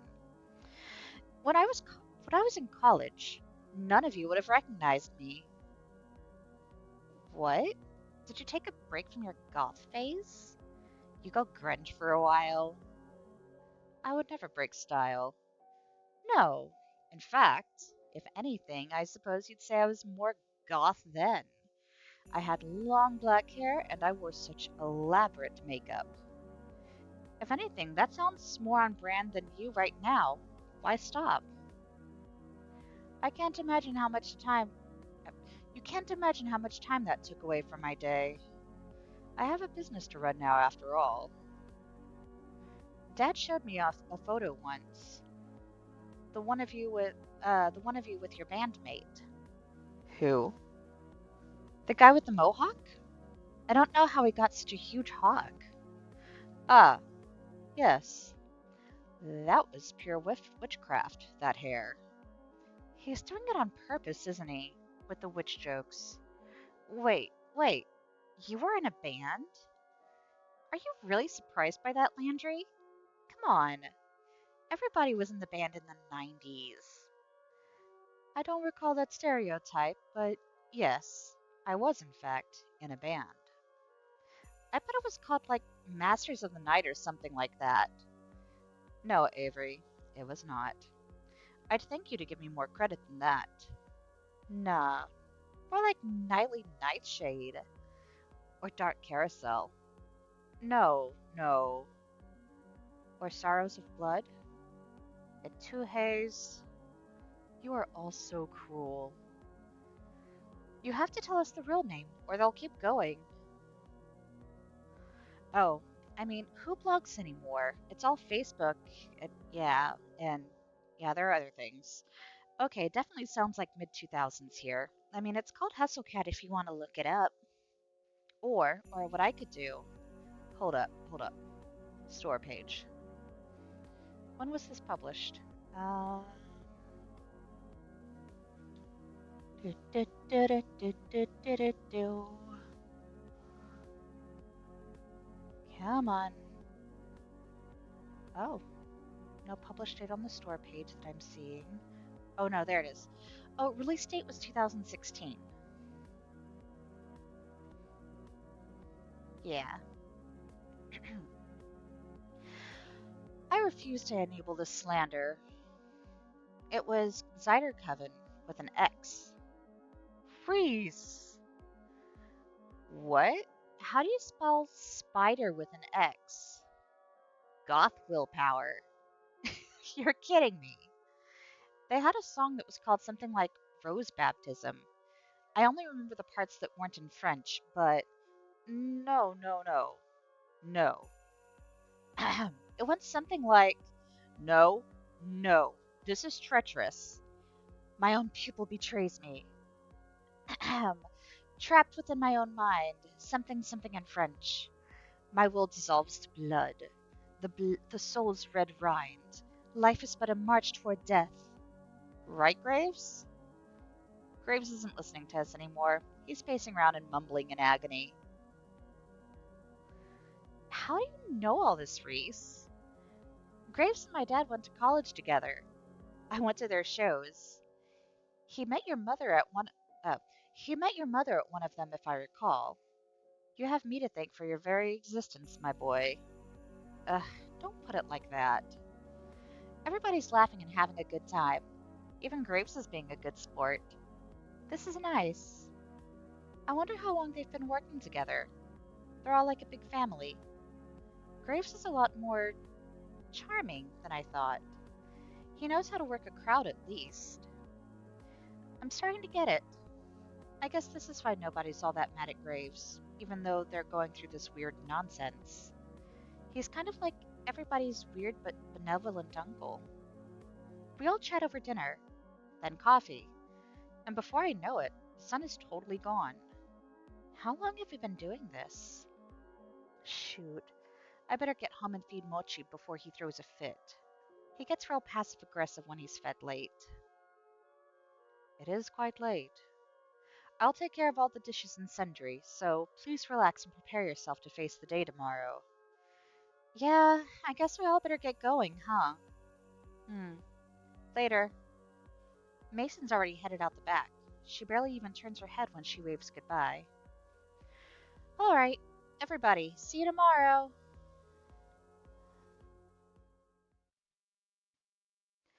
Boy, it got late. The streetlights are on, but I still sort of hate walking back roads at night because they're kind of sparsely lit. I don't know why, but I feel like a little like it's bad idea tonight. I decide to take the other way home. It's a bit longer, but the store lights are brighter once I get through this alley. Besides, it's pretty nice out. There's just a lot of rusty junk on this street.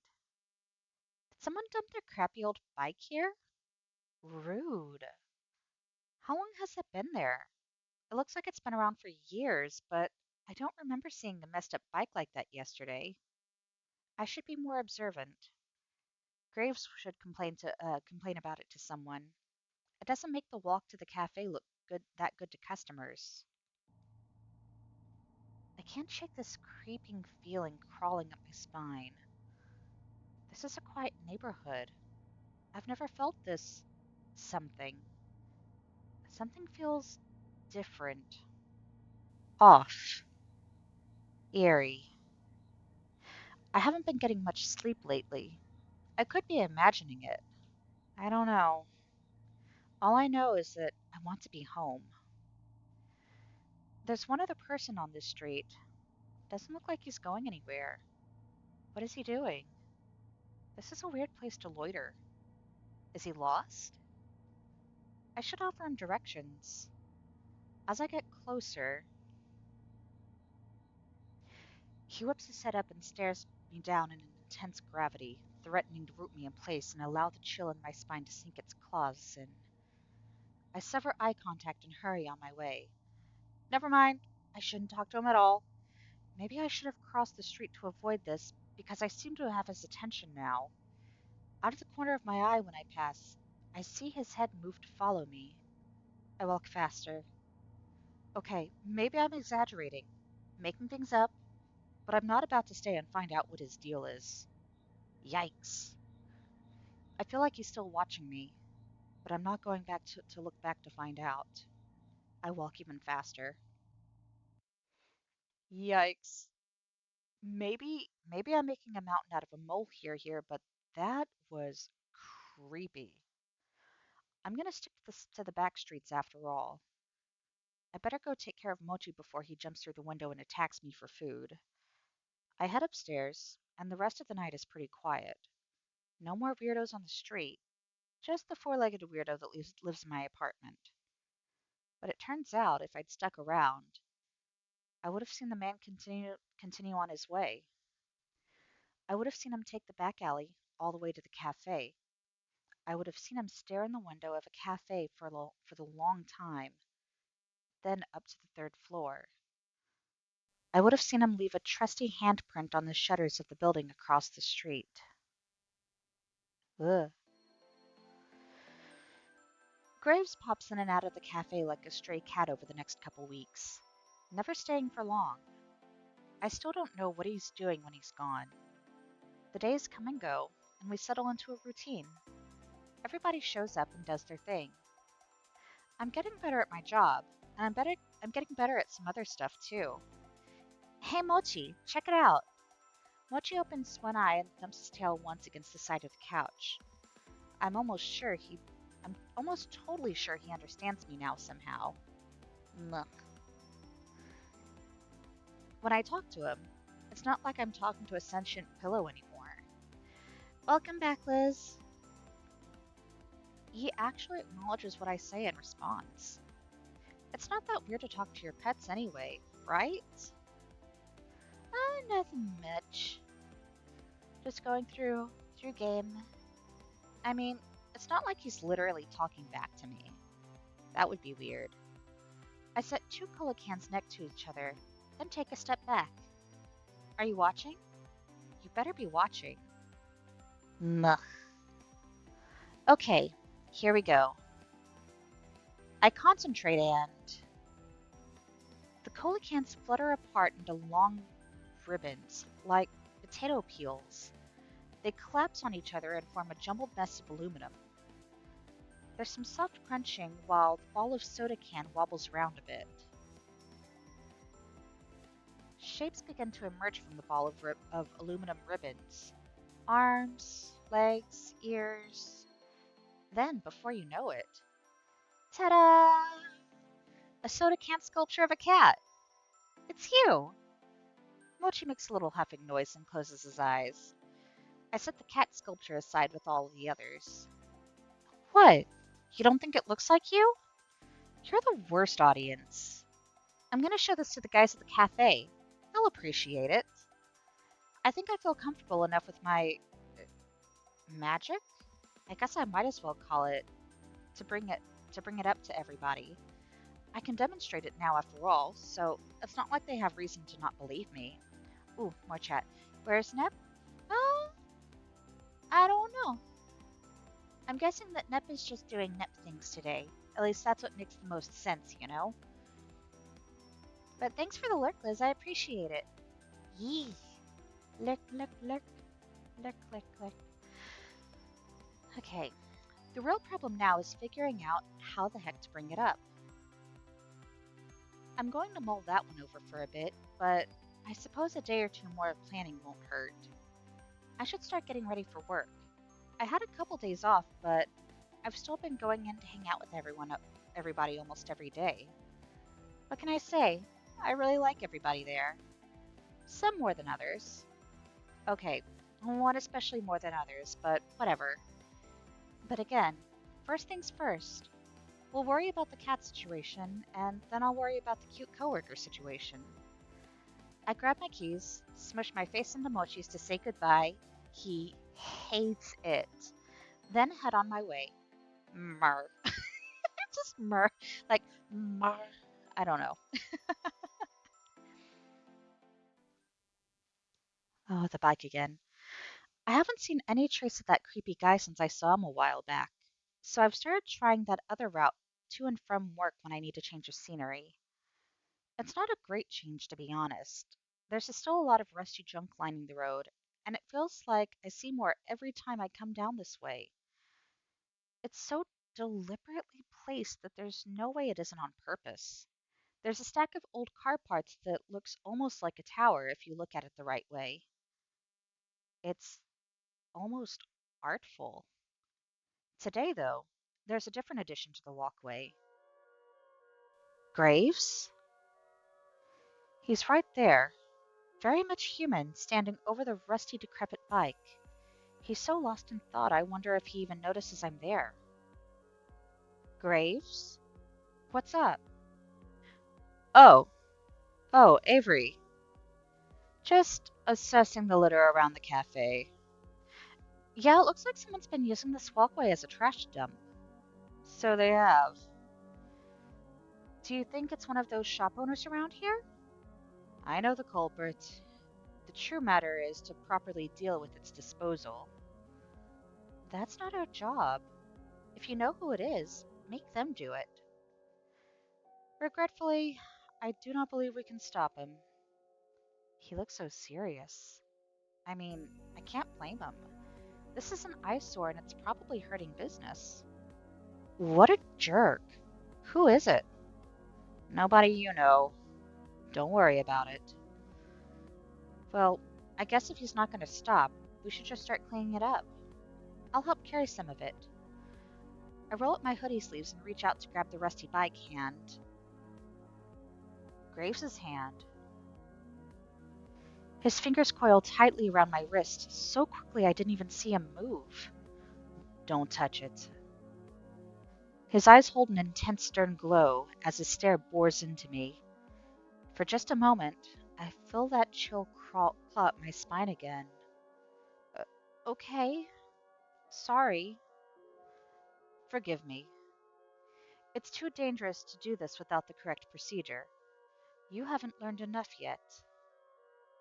This is a lot more complicated than just picking up trash, huh? Please, don't worry about it. I can't help wondering if this is related to some of the other weird things I've seen around here, you know? I'd rather you just focus on the cafe and leave this to me.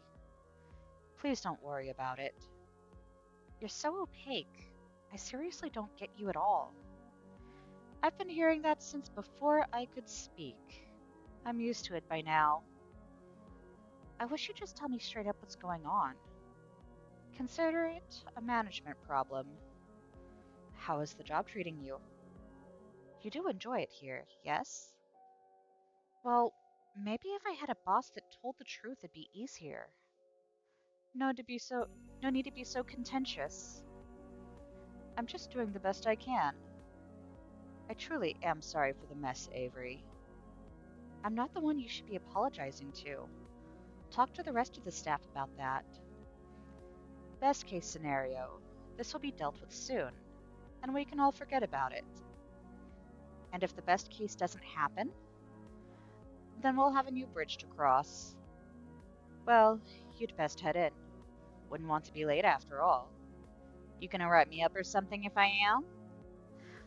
I don't think I need to after Finley got through with you for making her open by herself. Shoot, you're right. Well, later. Till then, there isn't much time until we open, so I hurry off to the cafe.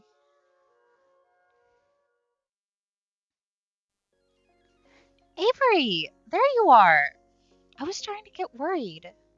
Sorry, I just got sidetracked on the way here. I ran into Graves. I guess talking to the boss counts as work. No, it doesn't. Graves couldn't keep hold of a topic if it was stapled to his hand. We hardly get to work finishing pre-open setup. Though it doesn't really matter because it's a slow morning. The first person to come through the front door isn't even a customer, it's Graves. Fancy meeting you here. You want some coffee? The usual? Hmm? Ah, not right now. Thank you. Please pay me no mind. I'll be in and out today. Maintenance work. Finally. The sink in the kitchen has been backing up something fierce lately. Not that kind of maintenance, my friend.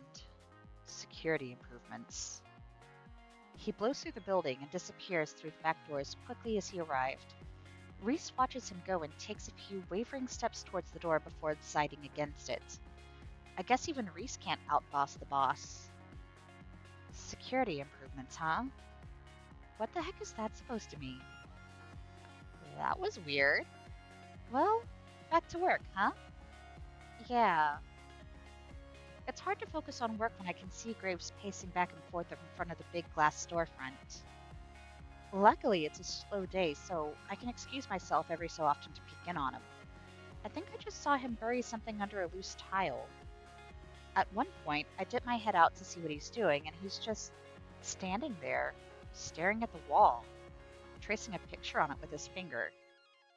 I'm sure he's just doing it to look busy, but then I catch a glimpse of something, like light reflecting off of a piece of metal on the wall itself. It flashes for a moment, and then it's gone. Maybe I'm seeing things. Maybe he's doing something to the building? Something arcane, I guess. But even if he is, why? Why is he suddenly so concerned with security? Is he setting, like, a magic anti-theft alarm or something? Or is it something more sinister? I can't help but think of his weird behavior this morning, and his focus on the rust piles. Something must be coming. Something as serious as the cat curse. If he's gonna leave us in the dark, I've gotta do something. It's time to finally talk to someone about magic. The book, the curse, everything. Hey, Finley. Sup, Avery? After work, can I talk to you about something?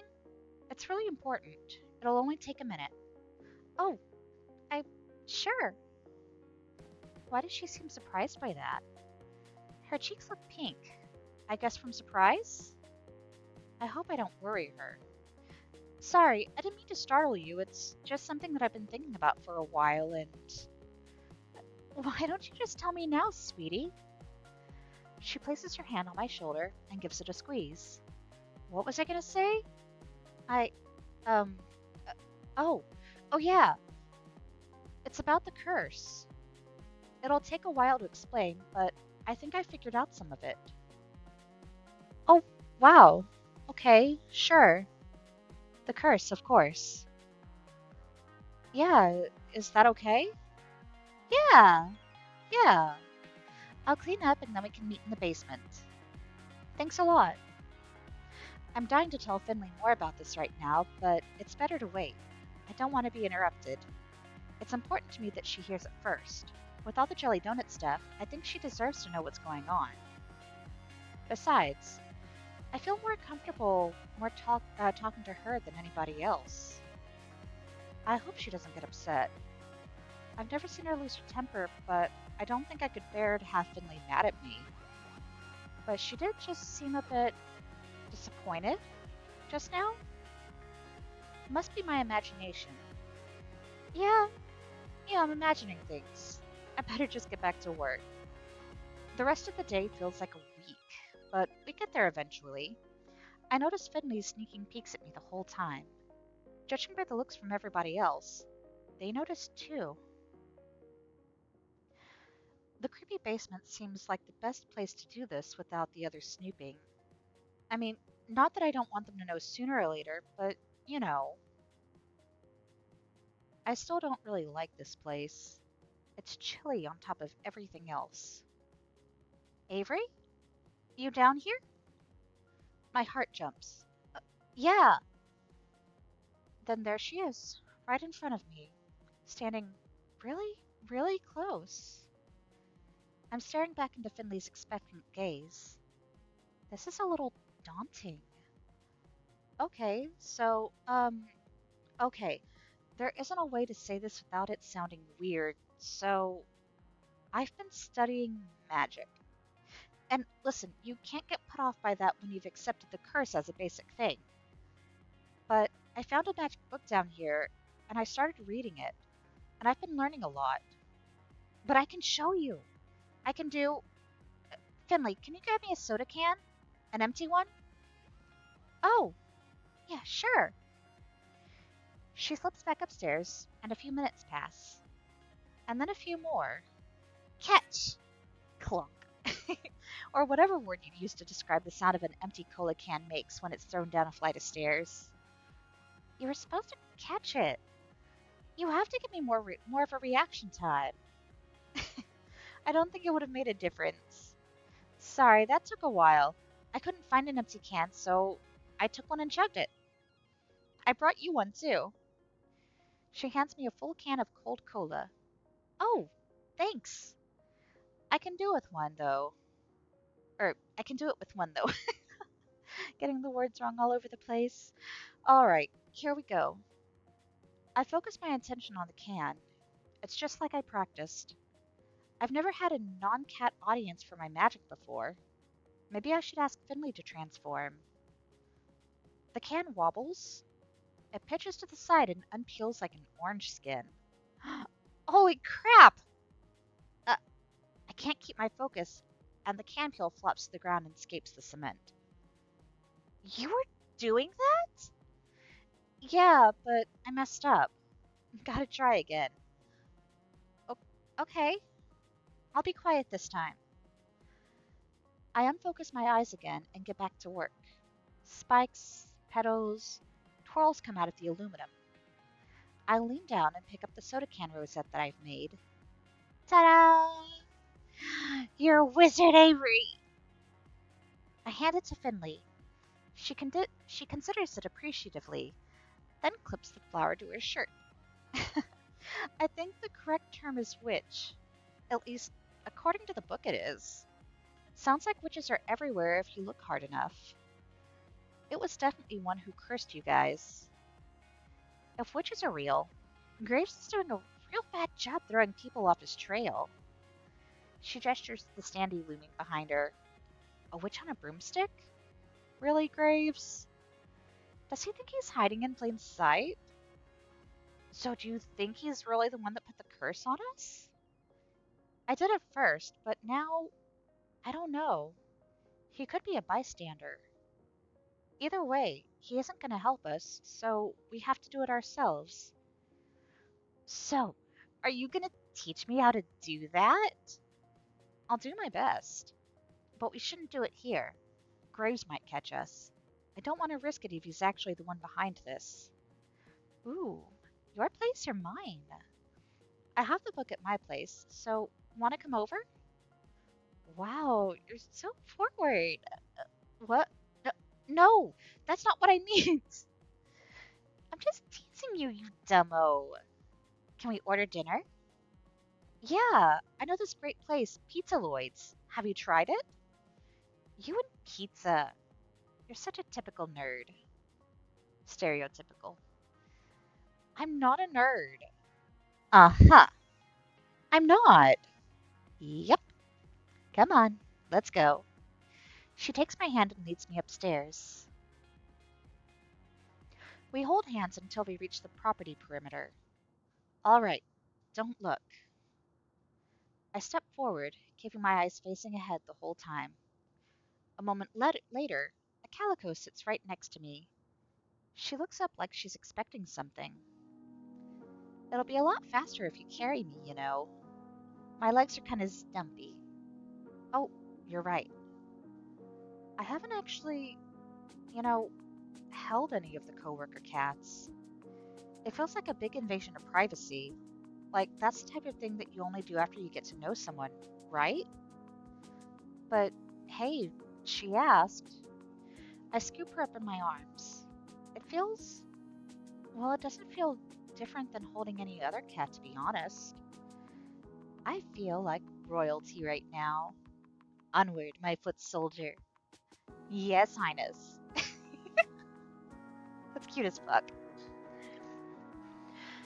Once we arrive, I set Finley in my favorite spot on the couch. Welcome to my humble abode. This is... Well, okay, I'll be real. It isn't any messier than my place. Thank goodness. I was worried about you judging me. You could use some more exciting decor. The flowers feel, well, not you at all. It's my aunt's. I'm house sitting for her while she's abroad. Well, that's sweet of her to let you crash. I hope she won't mind a cat. No, I came here with one. You should meet him. Mochi, we have a visitor. Mochi keeps low and slow, ears back and tail waving. Ew, he doesn't like this at all, does he? He waddles his way over to the couch and saunters directly in her face. Hey, buddy.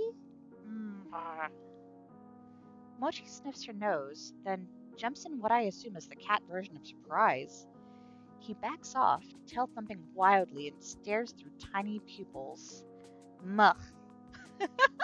I think he can tell you're not a real cat. Yeah, real cats can tell. They get used to it pretty quickly. I'll sit between them in case Mochi tries something stupid. If you want to take photos of me and Mochi, I'll put it on the blog tomorrow. What? Really? Yeah, we'll make him famous. You ready to be a superstar, Mochi? Ready to have your name up in memes? You're never ready to be a meme. Trust me. Come on, Mochi.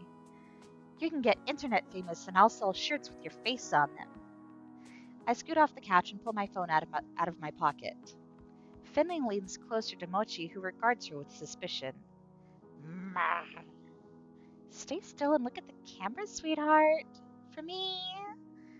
Surprisingly, he does, though he isn't happy about it.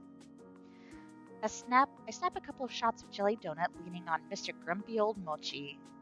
The internet will be all about these. Great! Send them to me? I'll give you my number.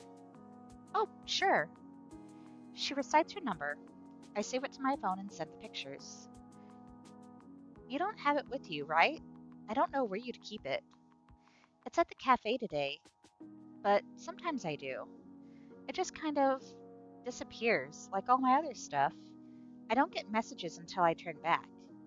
It's magically back in my pocket with all of my notifications. Man, magic is weird. Speaking of, I think you've got some teaching to do. Oh, yeah, let me order food, and then we can get started. Cats can eat pizza, right? I'm not a cat. I just play one on the internet. Oh, yeah, okay, one sec. I order the pizza. While we wait for it, Finley picks through my game collection. Ooh, I loved this one. I played it in high school.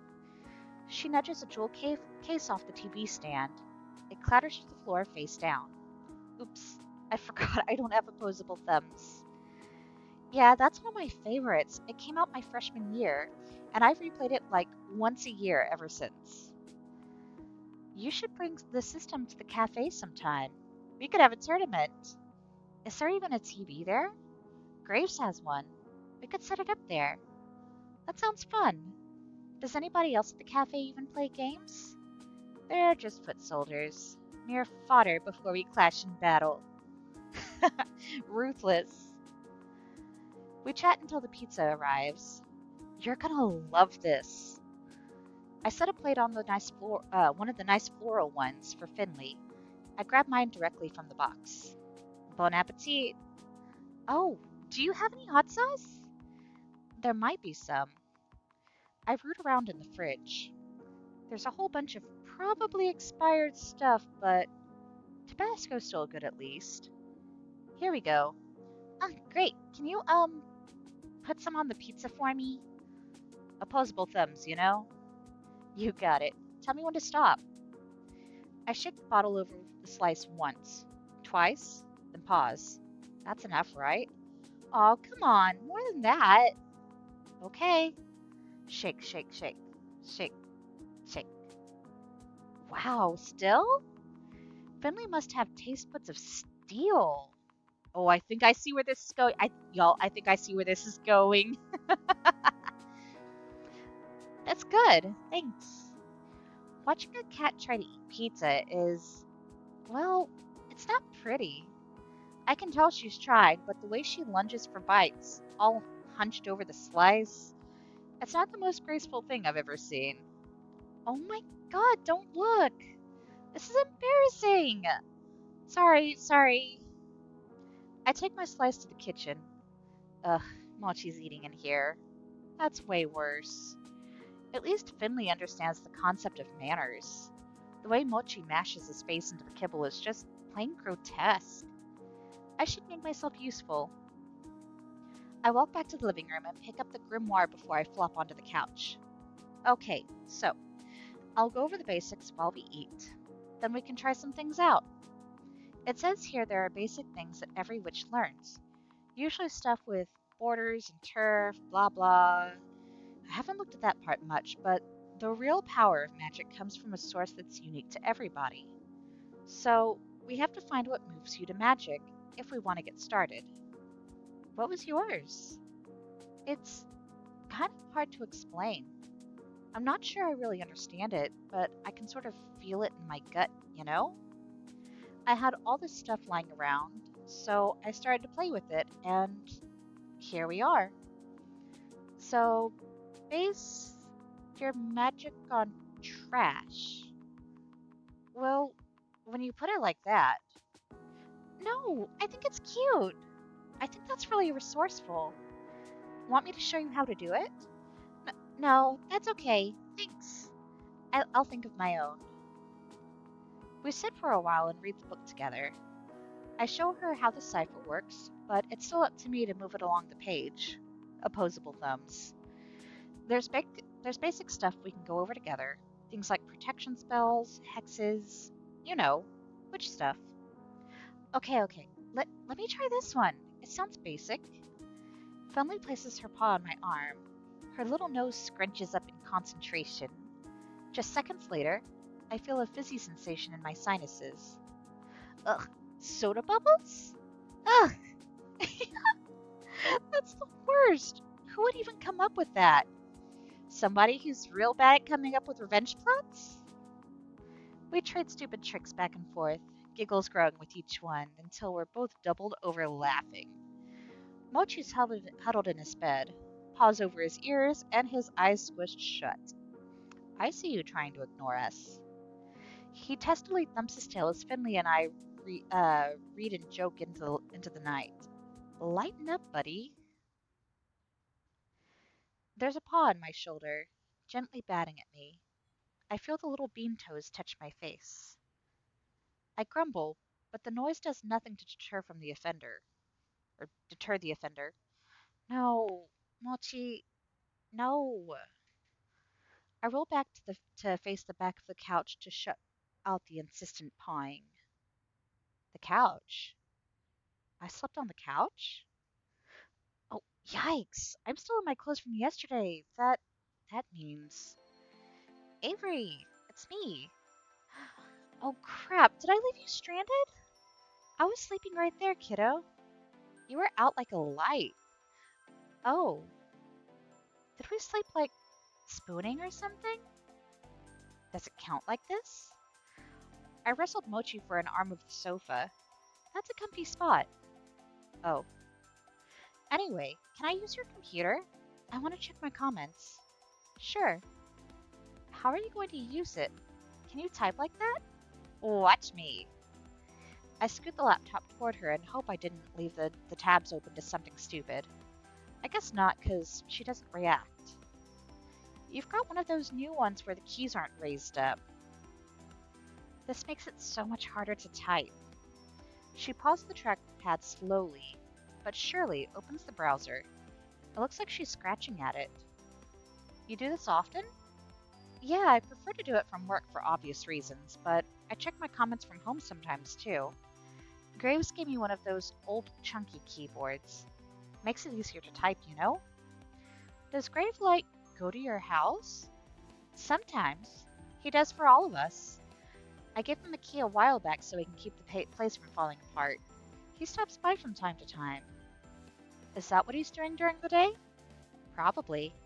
He doesn't swing by when I'm at home at least. Maybe I should ask him to give you the key. I'd rather have you stop by. Of course, it would be more fun to have you over when we're both people. Whoa, I can feel my ears getting hot. I must be bright red right now. Oh, yeah. Um, a cat just made an innuendo at me. Her tail lazily flicks back and forth to go with that lazy smile. You're so cute, you big nerd. She goes back to checking her mail. I leave to get changed. When I come back, she's sitting stock still, intently studying something on the screen. The fur between her shoulders is raised. Is everything okay? Huh? Yeah, it's fine. It's fine. You seem super upset. Did something happen? Just a troll. Nothing to worry about. You get trolls? Anybody who's even mildly famous on the internet has to deal with idiots and creepers. You post cat videos. What's there to troll about? You don't know the half of it, you sweet child. Here, let me share some. A lot of these are too mean for to read, but let's see. Ah, here's a heated debate about politics.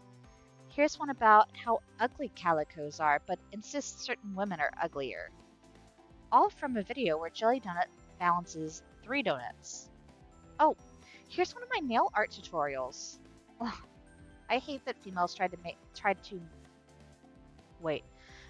I hate that females try to mans certain faces that try to look sexy, but it doesn't work at all. What? What? What? Like, like, person who, like, what even? I don't even know what that's supposed to mean. Right? Right? I'm there with Finley on this one. Yikes. I don't let it get me down. Most of them aren't like that at all. They're usual. Her eyes narrow to paper cut slits. What? Nothing. That doesn't look like nothing. It's fine.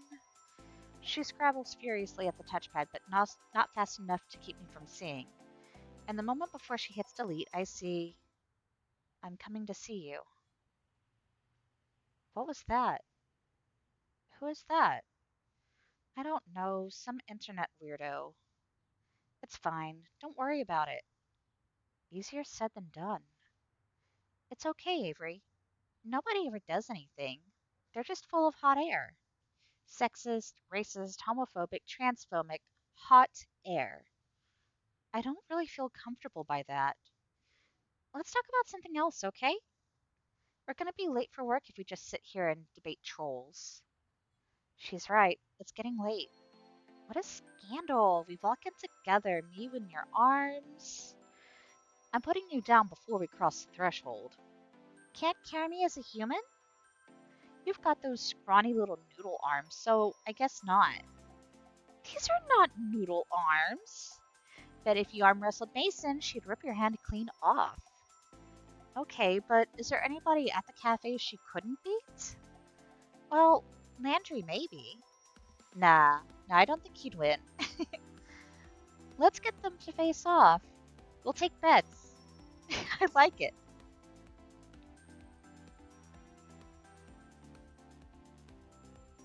After some scrambling, we head out to the cafe together. It's a nice, crisp morning. We don't talk much on the way, in case bystanders overhear, but it's a comfortable silence. Jelly Donut isn't making an appearance today. It should be an uneventful shift. Jelly. Oh, so why is someone standing at the entrance waiting for us to open? He's keeping me out. Is he the one I ran into the other night? The one that stared daggers through me? No, he's too short. Who is he, and why does he make me feel so uncomfortable? I've still got that creepy comment in mind. It must be coloring my perception. It's probably nothing. Hey, let's go around the back. Good idea.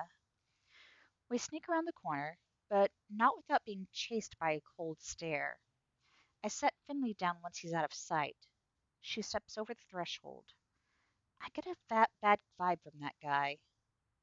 I hope he isn't coming in. Yeah, I know what you mean. Some people just exude creep from their pores. He's dripping it all over the place. That's gross, but yes. Aw. We sneak in through the kitchen.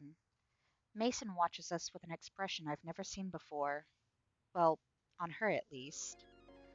Awful late, Finley. Yeah, sorry. You stayed with Avery. How did you know? Not hard to tell. Don't tell anybody, okay? Why would I? That's my girl. Finley slaps Mason on the back and heads onto the floor. I nod to Mason awkwardly before I traipse after Finley. Mason nods back, and I swear she's holding back a grin or something.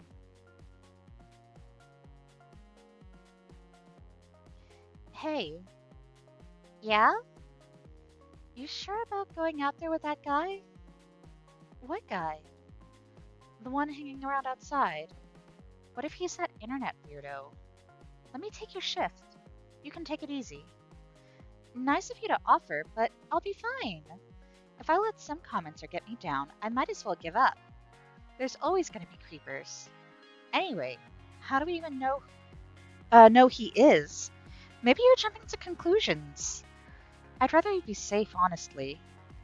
Look, if things get a little weird, I'll go upstairs, okay? I guess. Don't worry so much. She presses her finger on my nose. Well, come on, let's finish prep. I can't help but sneak anxious looks out the window. I don't see the creeper anymore, but maybe it was a coincidence? He might have been some dumb kid loitering. Maybe the commotion scared him off. When we open, a few people pile in, but he's not among them. Finley doesn't seem to notice. I should calm down. I distract myself by playing with some of the cats for a while. It's good to see Ramona and Junta getting along. After about an hour or so, just enough time for us to get into routine, I see him. The creeper, creeping about, creepy as possible, slinks in behind another customer. He sits at the table near the window, hood drawn up, studying the menu like there's going to be a quiz. Hey, Finley? I bump into her on the way back from the kitchen. That guy is here. I'll take care of his table, so take a break, okay? You're such a peach, Avery. Thank you. She pauses, like she's considering something, but shrugs it off and escapes upstairs. I better go see what this guy wants. Have you decided on your order? No. I'll give you a little more time. Yeah. I return my attention to the customers that are actually here to eat something. I check on him a few more times. Each time he mumbles something about time. Why don't you just call me when you're ready? I'm waiting for someone. Oh, sorry. Are they coming here? Sooner or later. Okay. Maybe he's just nervous. Maybe he's meeting someone for a date. Maybe this is a misunderstanding. Guess I'll go tell Finley.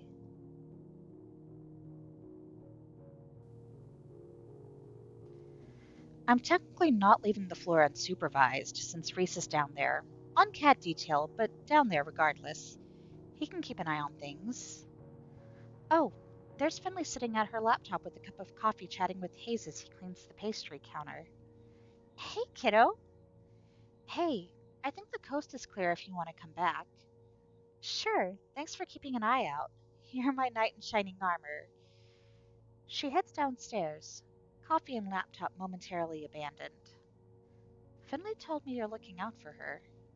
That's really nice of you. That's what I do. I'm a real toughie.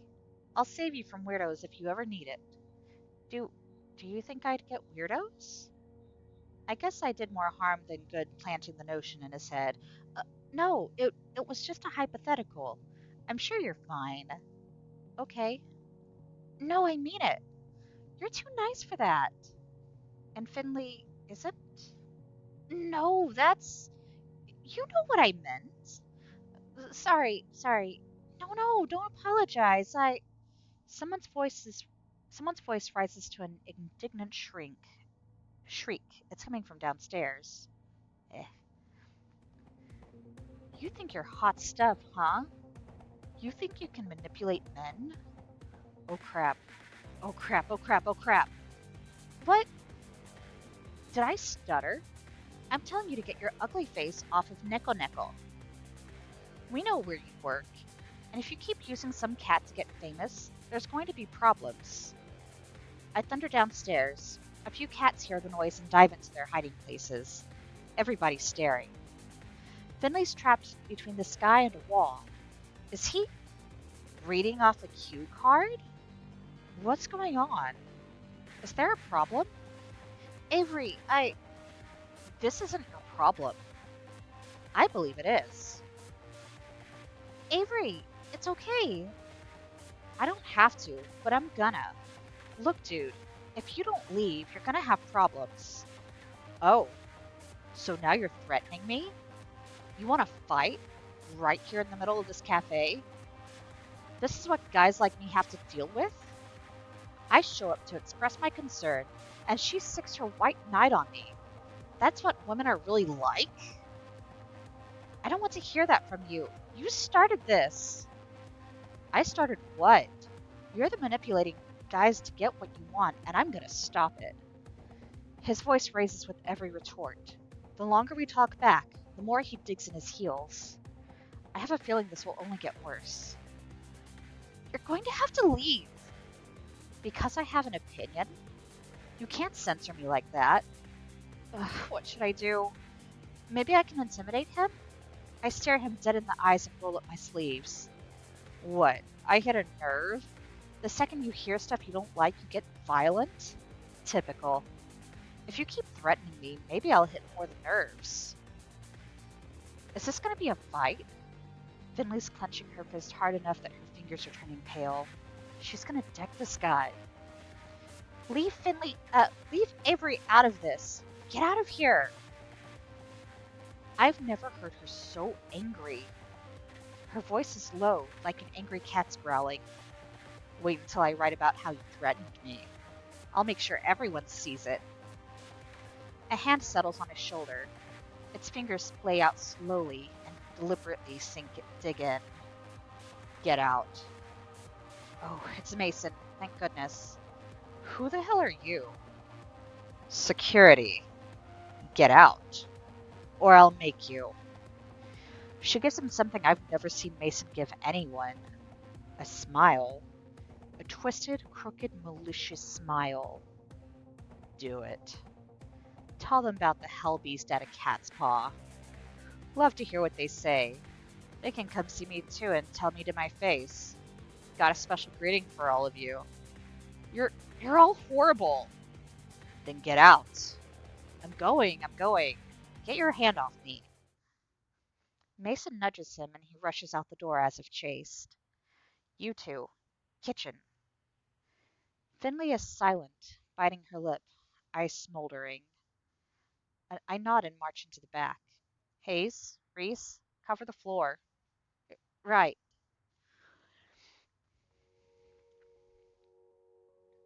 Mason stands between us like a referee. Finley refuses to look up from her phone.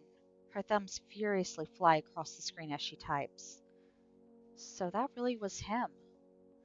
Who knows? Could have been that guy. Could have been one of the other creeps who harassed me. Hell, maybe they'll all come out now. Is being internet famous really worth getting treated like this? Maybe you shouldn't make videos anymore. Why shouldn't I? They don't have the right to judge me for what I do, so why should I stop? I'm just trying to help. I don't need help. I can handle myself, thank you very much. And what would you do if you're alone and that guy came up? You could have gotten hurt. I'm a grown-ass woman, Avery. I can handle myself, and I don't need anyone telling me what I should do. This is ridiculous. You're being stubborn. You're being condescending. Cut it out. Cool down. Finley, take a break upstairs. Yeah, fine. Avery, sit. Okay. Finley storms upstairs to Graves' apartment. I can hear the door slam from here. I sit on a stool in the kitchen and fiddle with my hands. Is Mason gonna lecture me? I don't need that. Mason doesn't say anything. She just goes back to work. It's almost worse than if she laid into me. Is this the silent treatment? I should get back to work. No, sit. Am I in timeout? Hmm. She shoves a mug into my hands. It's tea. Just drink it.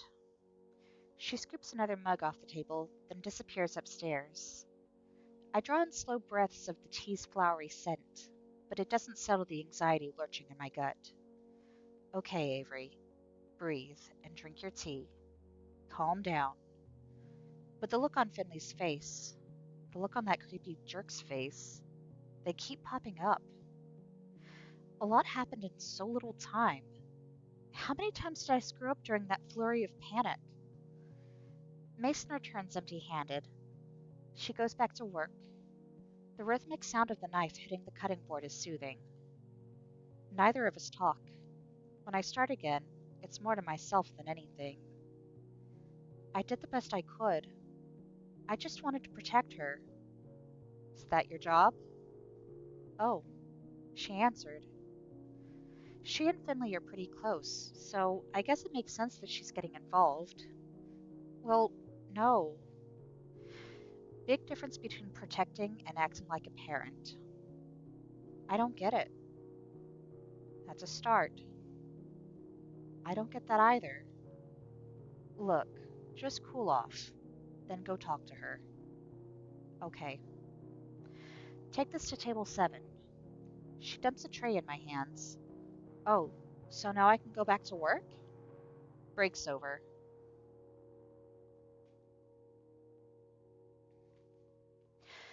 Things have quieted down. Most of the customers who were here out for the incident have left, but I feel stairs crawling at my back. Hayes and I cover the floor until Landry gets in. Hayes frequently, timidly glances towards me, the door, sometimes both.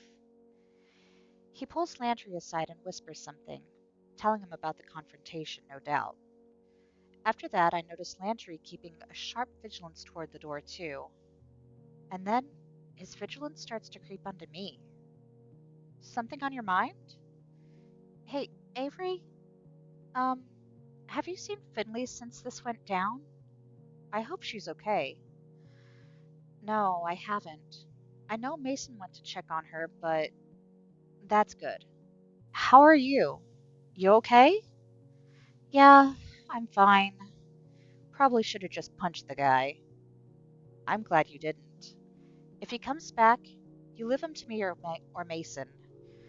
Your job right now is talking to Finley. Do you want me to go see if she wants to? No, I'll just go up. Thanks, though. Of course. Remember, none of us will let anything happen to you or Finley. We're all family. Thanks. I head upstairs. Hey, Finley? No answer. I don't even see her. I approach and oh, there she is, huddled in a little ball, fast asleep. The sun is setting. The rays fall directly on the couch and right across Finley's sleeping face. I reach out without thinking to brush her hair away from her face.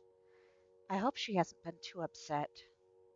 Before I can make contact, one eye stares back at me. Hey, hey, you fell asleep? Yeah, I had to rage nap it out. I'm really sorry I talked to you like that. I didn't mean for it to come out that way. I'm just really worried. No, I know you're trying to look out for me. Just, I'm just sick of being told what to do about what I like.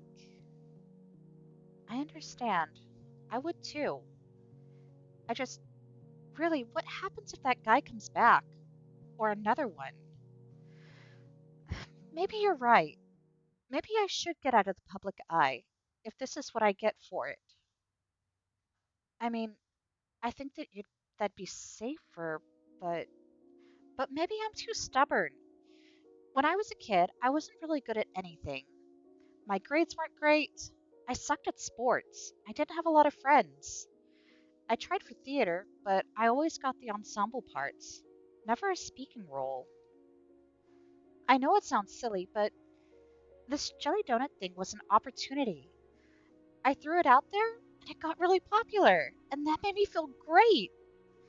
This is the first time I found something that made me stand out.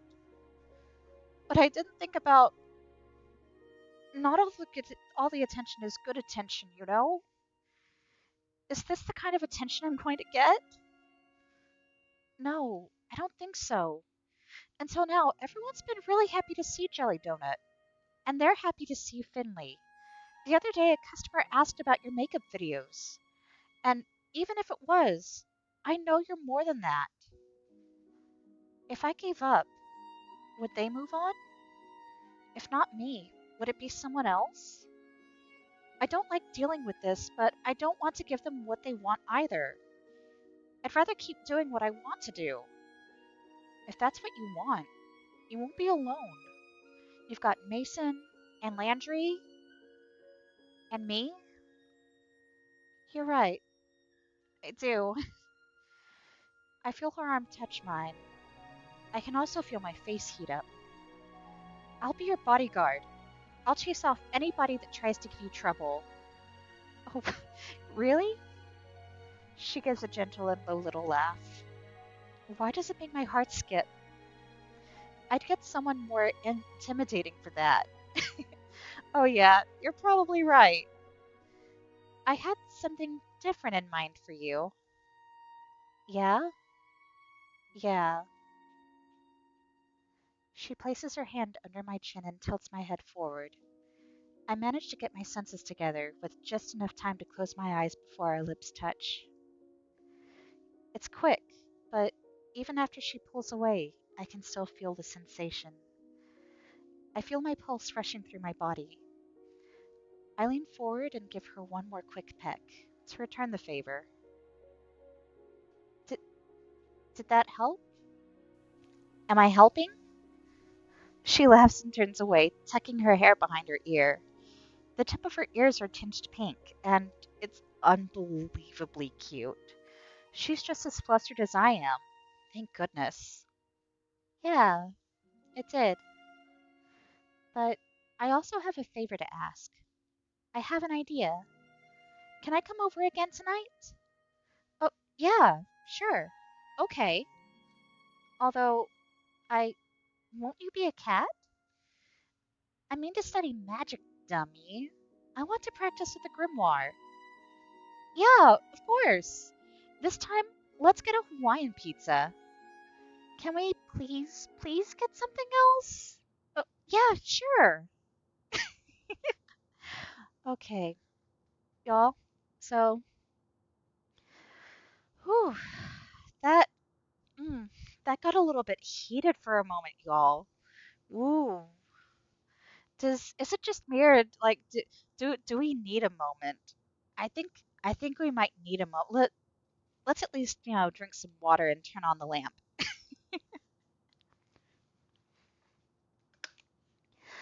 Whew. Okay, got the lamp.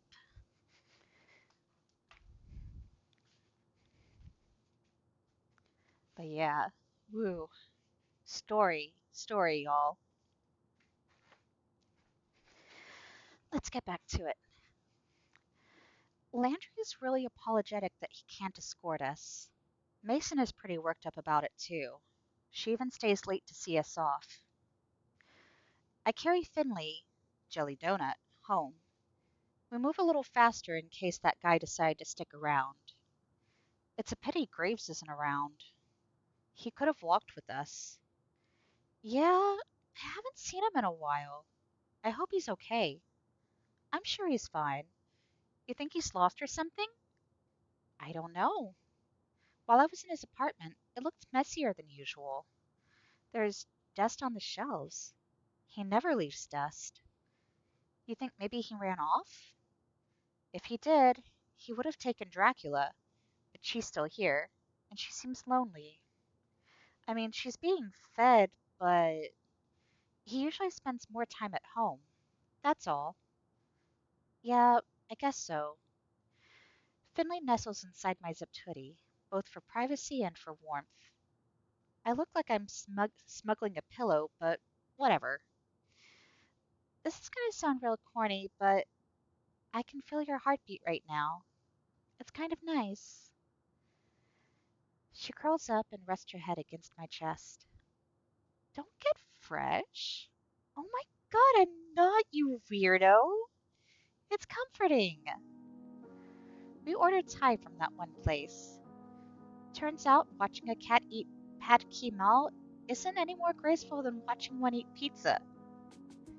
Is that too spicy? Not for me, it isn't. They never make it spicy enough. Can I try? You like that kind of thing? Well, I don't know. I'm curious. Well, okay. I'll try just a noodle and that delicious looking pepper. It's pretty good. It's. Holy crap!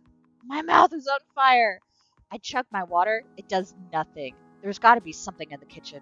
Milk, soda, anything!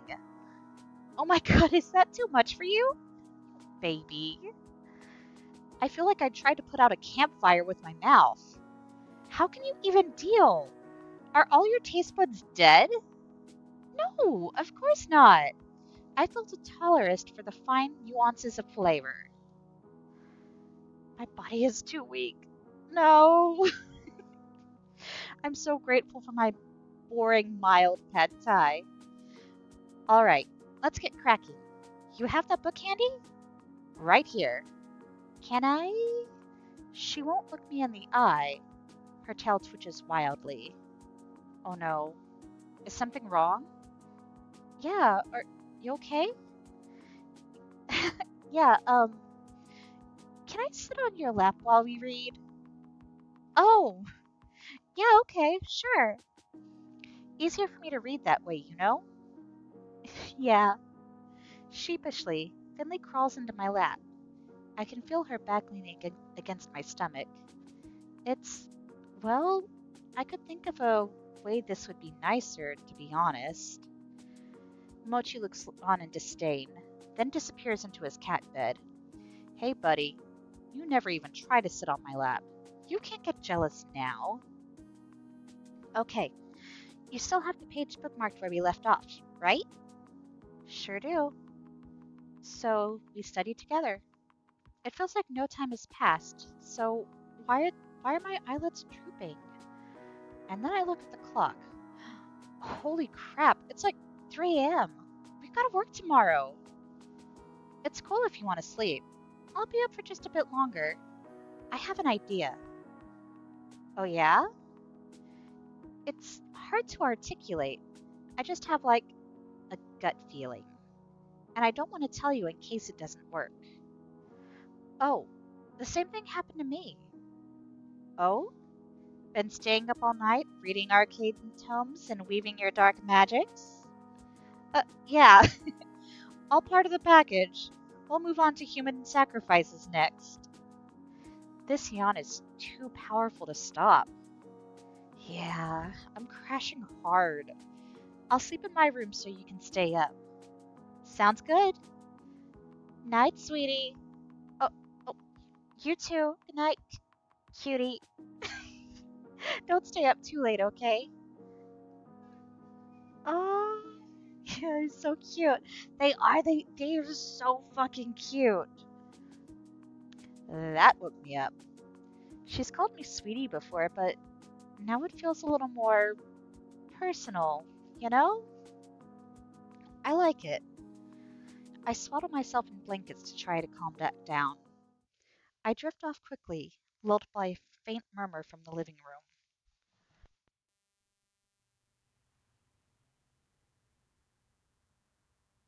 Ugh, Morning already. I have no what time I actually fell asleep, but it definitely wasn't early enough.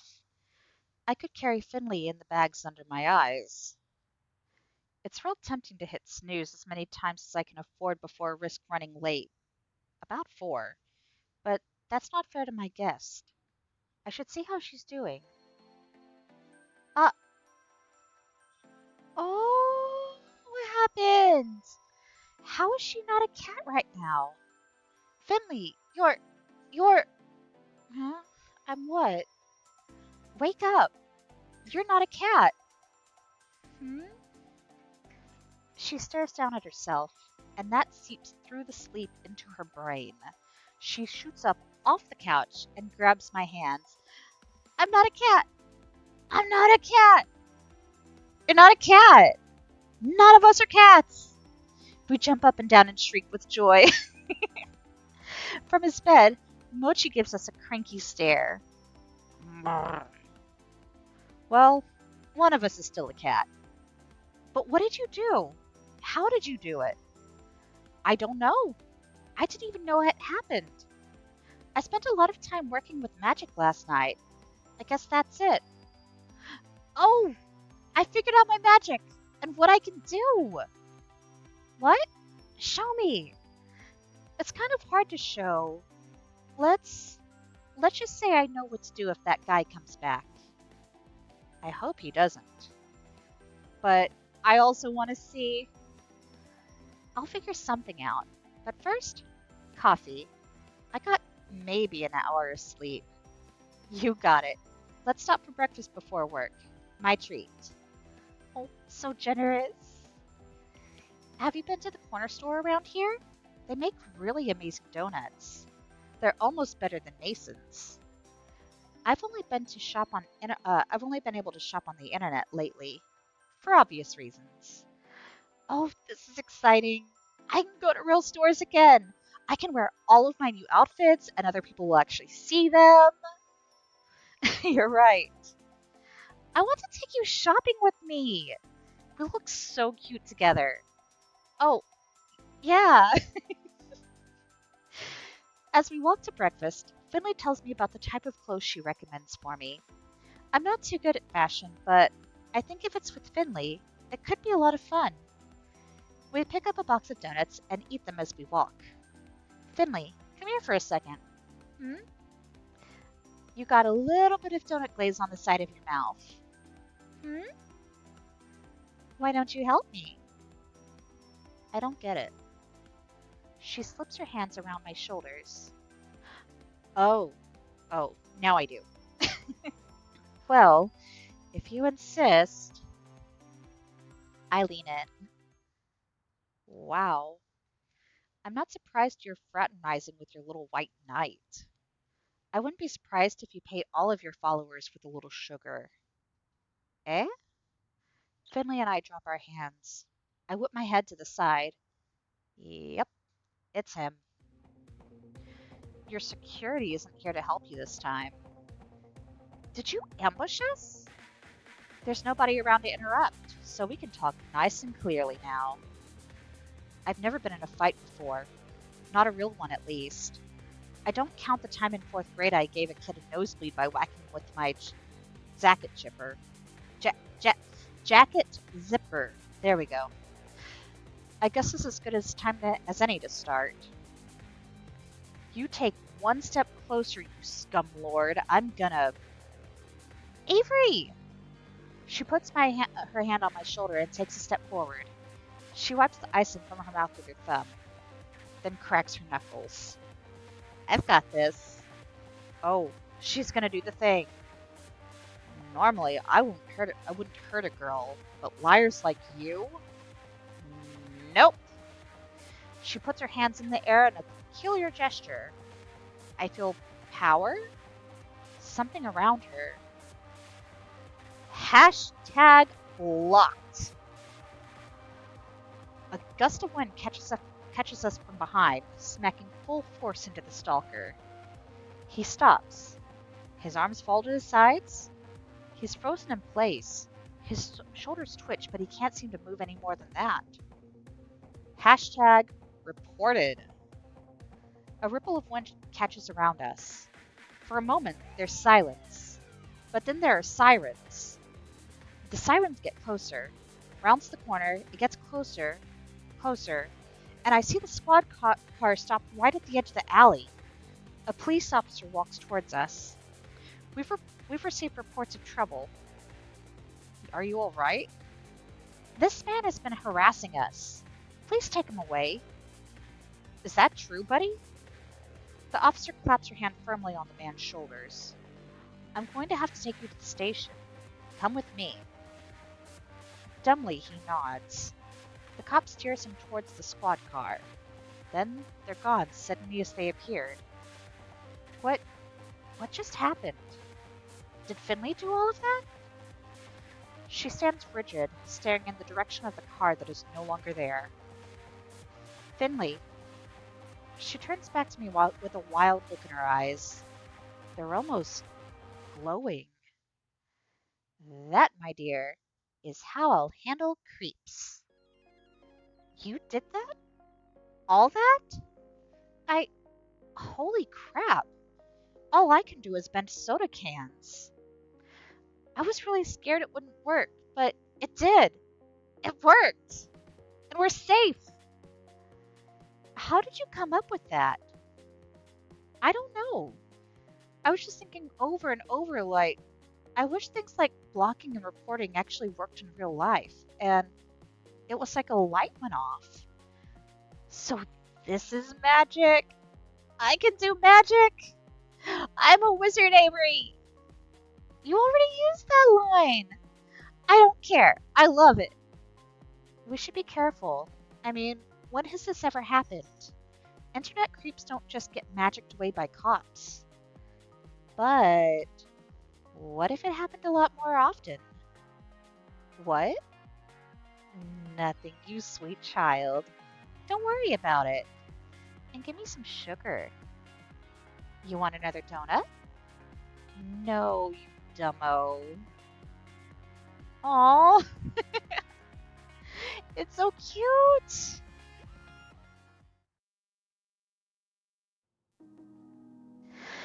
I'm walking on the sun, with the stars on my shoulders and the wind in my hair, or some other complicated metaphor. I don't know. I've been so happy lately. It's great. I mean, work is still work, and mochi is still mochi, but I got a real cute crush I can spend my time with. And I'm starting to get to the bottom of this magical curse thing. Oh, say nothing. What? How is that any different than don't say anything? These choices are so obtuse. This whole game is obtuse. No, you don't get it. There's nuance here. Akia is choosing between action and inaction, and I just want to see them smooch. I know, I told you. I'm basically an expert on this routine. This leads to the best kissing scene. But you gotta get that build, that slow burn. And this is the slowest burn. I live for that stuff.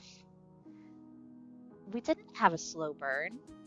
It was a little slow, because you're so dense. Hey! As promised, Finley did bring in Blast Zone, and we're huddled around her laptop playing. I didn't think I'd like a romantic game about boys fighting, but this is really compelling. I've been playing bits and pieces on breaks and after work. Everyone else stays away because Finley's tried this shtick on them before. Their loss, honestly. There's a lot of good romantic angst in this game. I've settled into one of the beanbags, and Finley's head is in my lap. Oh, that's so cute! There's also part of our new evening routine. It's late. Everyone else went home. I'd suggest we get back to one of our apartments to play, but there's no way Finley's gonna interrupt the scene. So, when we beat this, should we do one of the other routes? No, Keita or bust. Wow, strong opinions. You don't understand. This story falls apart in all the other routes. It's terrible. It's a trash game. You said you liked this game. It's complicated. I get it. If I wasn't playing this, I'd be playing some other trash game. What I should be doing is figuring out how to break the curse for everyone else. It's tricky. I don't know how to introduce them all to magic. Finley offered to make a video, but that sounds like too much work. We should just get them all together after work someday and do it. It's been hard to get everyone in the same place lately. And then there's Graves. Where is he? You gotta pick before it times out. Right, right. I pick the suggested choice, and we continue with the scene in the game. It's been graciously quiet since that thing with the internet rando. Graves did say something about security improvements a while back. Maybe he did something to keep people out, like a ward? Did he accidentally ward himself out too? Ooh, ooh, this is the good part. Stop zoning out.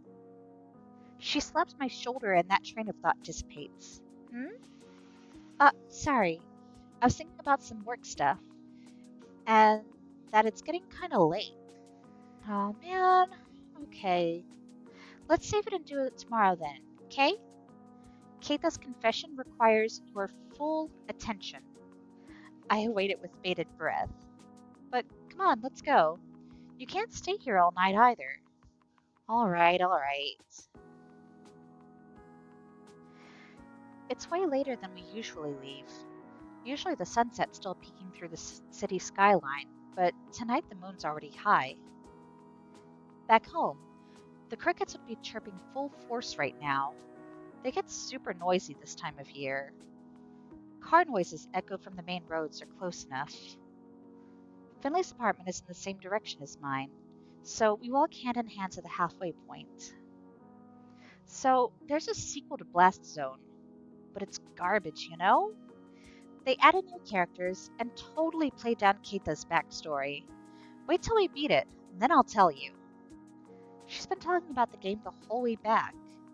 I'm glad I could share it with her, but wow, is there a lot of backstory to remember. And later, we should talk videos. I want to introduce you to my vlogs. I think we could start doing cute little bits about where we go on dates in the city and stuff. That sounds so fun. But are you sure? Like, about me? I don't have a lot of, on-screen charisma or anything. Oh, I think you have plenty of charisma. You saying I have bad taste? What? No, that's not what I... She gives my hand a squeeze. What was I just saying? I'm just teasing.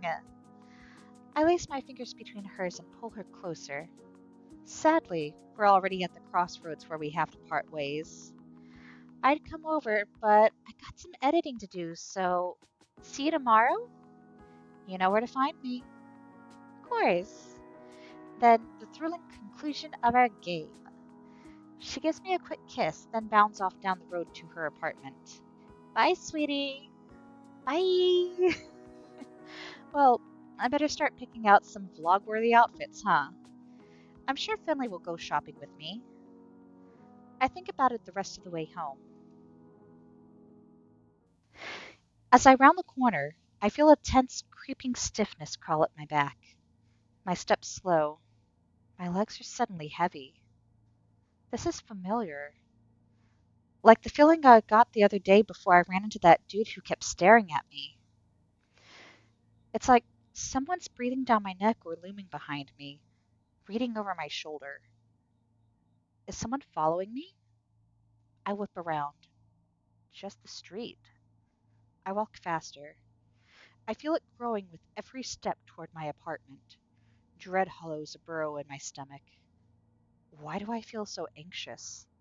I'm just going home. I don't even have far to go. I am getting sick.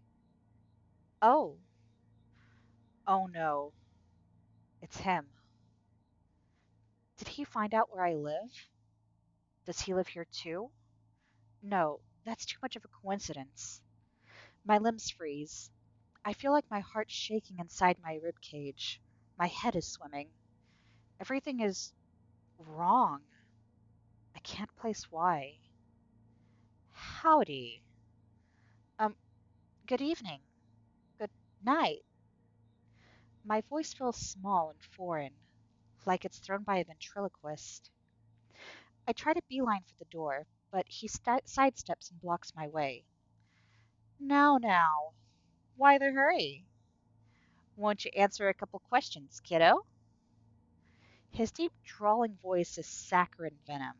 Oh, it's drawling, okay. He puts on a smile, but it's certainly not one that puts me at ease. Uh, do do you need directions? You seem lost. I can't keep the tremor out of my voice. He notices. Well, ain't you smart? Right to the point. Why, yes, I am lost. But I ain't looking for a place. Oh, I found that. Looking for a guy. Think you could help? Uh, um, I'm pretty new to the city. I probably can't. I reckon you can. Suppose I shouldn't mince words. You're a busy person. I'm already feeling guilty wasting your time. I'm trying to hunt down Graves. You seen him? Is he a friend? He can't be. He feels.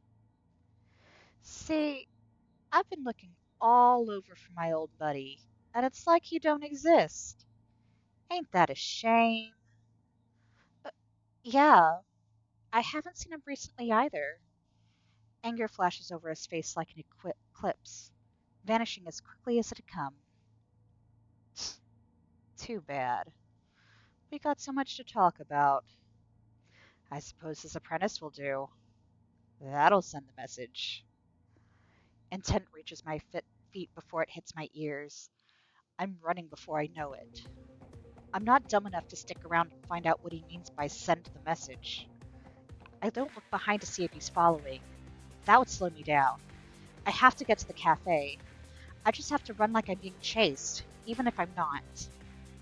Ping! I hear a sharp noise behind me, like a metal bat hitting home run. My foot gets stuck. On what? I don't know, but it hits the ground and stays there. The force knocks me over and twists my ankle in a way that shocks pain up my leg. I'm seeing stars and I want to crawl away, but I can't.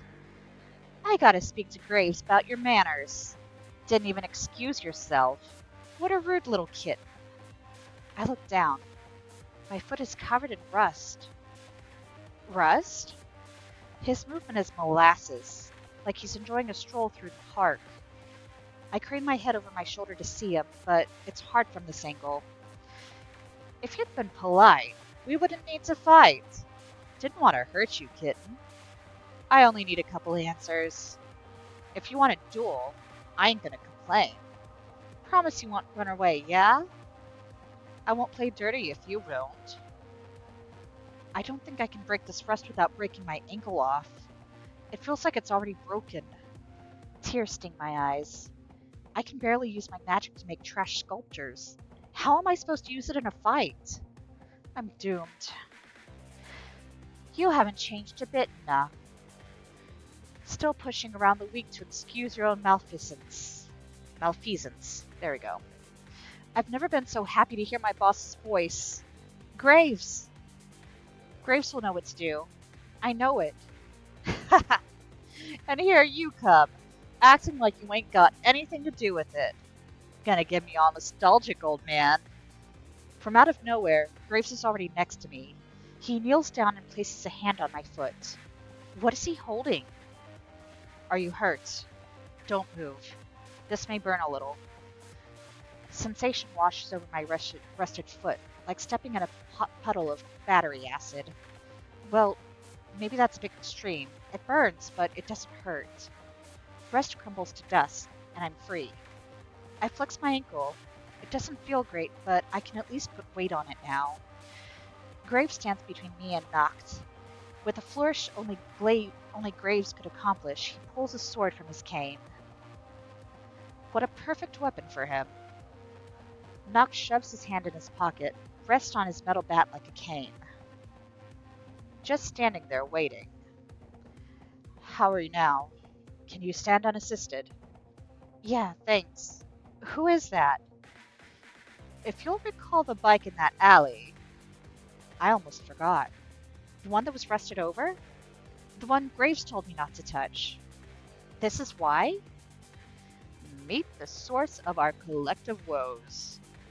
Ah, come on now. And after all that we've been through together. Avery, I don't imagine this will end well. I've a favor to ask. Whatever you need, boss. He drops the cane sheath and takes my hand. His eyes are fierce, fire and ice staring into mine. I feel like I shouldn't blink. I give it to you. All of it. Take care of it for me, Avery. It... what? All of what? Everything. Everything of mine. You'll understand. Now go. As fast as you can. Go to the cafe. You'll be safe there. What was that all about? I don't feel any different. Why are you dawdling? Go! I we've made it to some exciting bits, Snap. But it's like, do we run away? Do we stay and help? Like I don't want to make him mad by staying, but at the same time, let's do what he says for now. Don't you worry, kid. I'll catch up. Nock's words haunt me as I run as best as I can on my sore ankle. It hurts with every step, but I can't stop. I pull out my phone as I run. I mash the touchscreen to get Finley's number. Usually we just text because I hate talking on the phone. If I call, maybe she'll notice and realize it's an emergency. Ring, ring. Voicemail. Crap. I try a few more times. I almost dialed the pizza place by accident because my hands are so shaky. Maybe they'd be able to help me too. I can see the cafe in front of me when my ringtone blares to life. Crap. Did Nox hear that? I should have been more quiet. I answer the phone before it can ring anymore. Hello? What the hey, Avery? Everything all right? You locked yourself out or something? 'Cause if you want to come over... No, this is bad. I got attacked. Oh my god, what? Some witch. Attacked me. Attacked Graves. It's bad. Avery, oh my god, where are you? I'm heading to the cafe. I'll meet you there, hun. I'm coming. No, wait. She's already hung up. I just need to reach out to someone and tell them what happened. I don't think this through. What if Noct intercepts her? My gut fills with terror. After all, if he knows who I am, he knows who she is too. No. Finley's stronger than me. She knows how to handle creeps. Right? I hobble into the cafe, lock the door behind me, and collapse onto the nearest sofa. I close my eyes for a moment, but then... that sound. Someone's furiously jiggling the handle.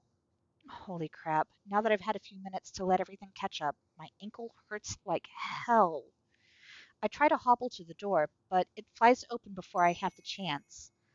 I ready myself to fight a murderer armed with a bat, but it's...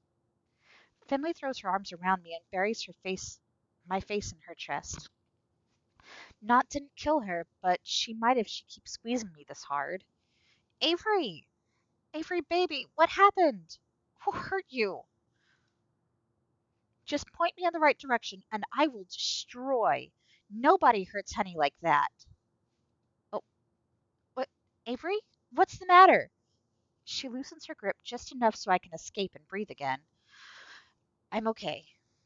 I hurt my ankle, but I'll be okay. We need to stay safe and think about what to do. He was a witch, Finley. A witch beat Graves. Oh my god, what do we do? Is Mama Finley gonna have to block him? Don't be reckless. It's too dangerous. The door flies open and our heads whip around toward it. Graves. What happened? Where is he? And suddenly, everyone is here. The curse must have broken for everyone at once. This should be good news, but... Oh, Reese! It's bad. He's still out there, I think. Still out there where? He lunges, but Mason intercedes. Stop. They're injured. What happened to him? You have to tell me what happened. Someone attacked us. I have no idea who he was, but he had a grudge against Graves. His name was Noct, I think? I don't know who that is. What happened then? This Noct guy, I think he beat Graves. Reese clutches at his chest. He looks like he might fall over and pass out. I reach out to ease him to the seat, but he swats me away. I knew it. I knew he was going to get in over his head. I knew another witch was on his tail, but he told me to stay out of it. Damn it. I could have helped. Why didn't he let me help?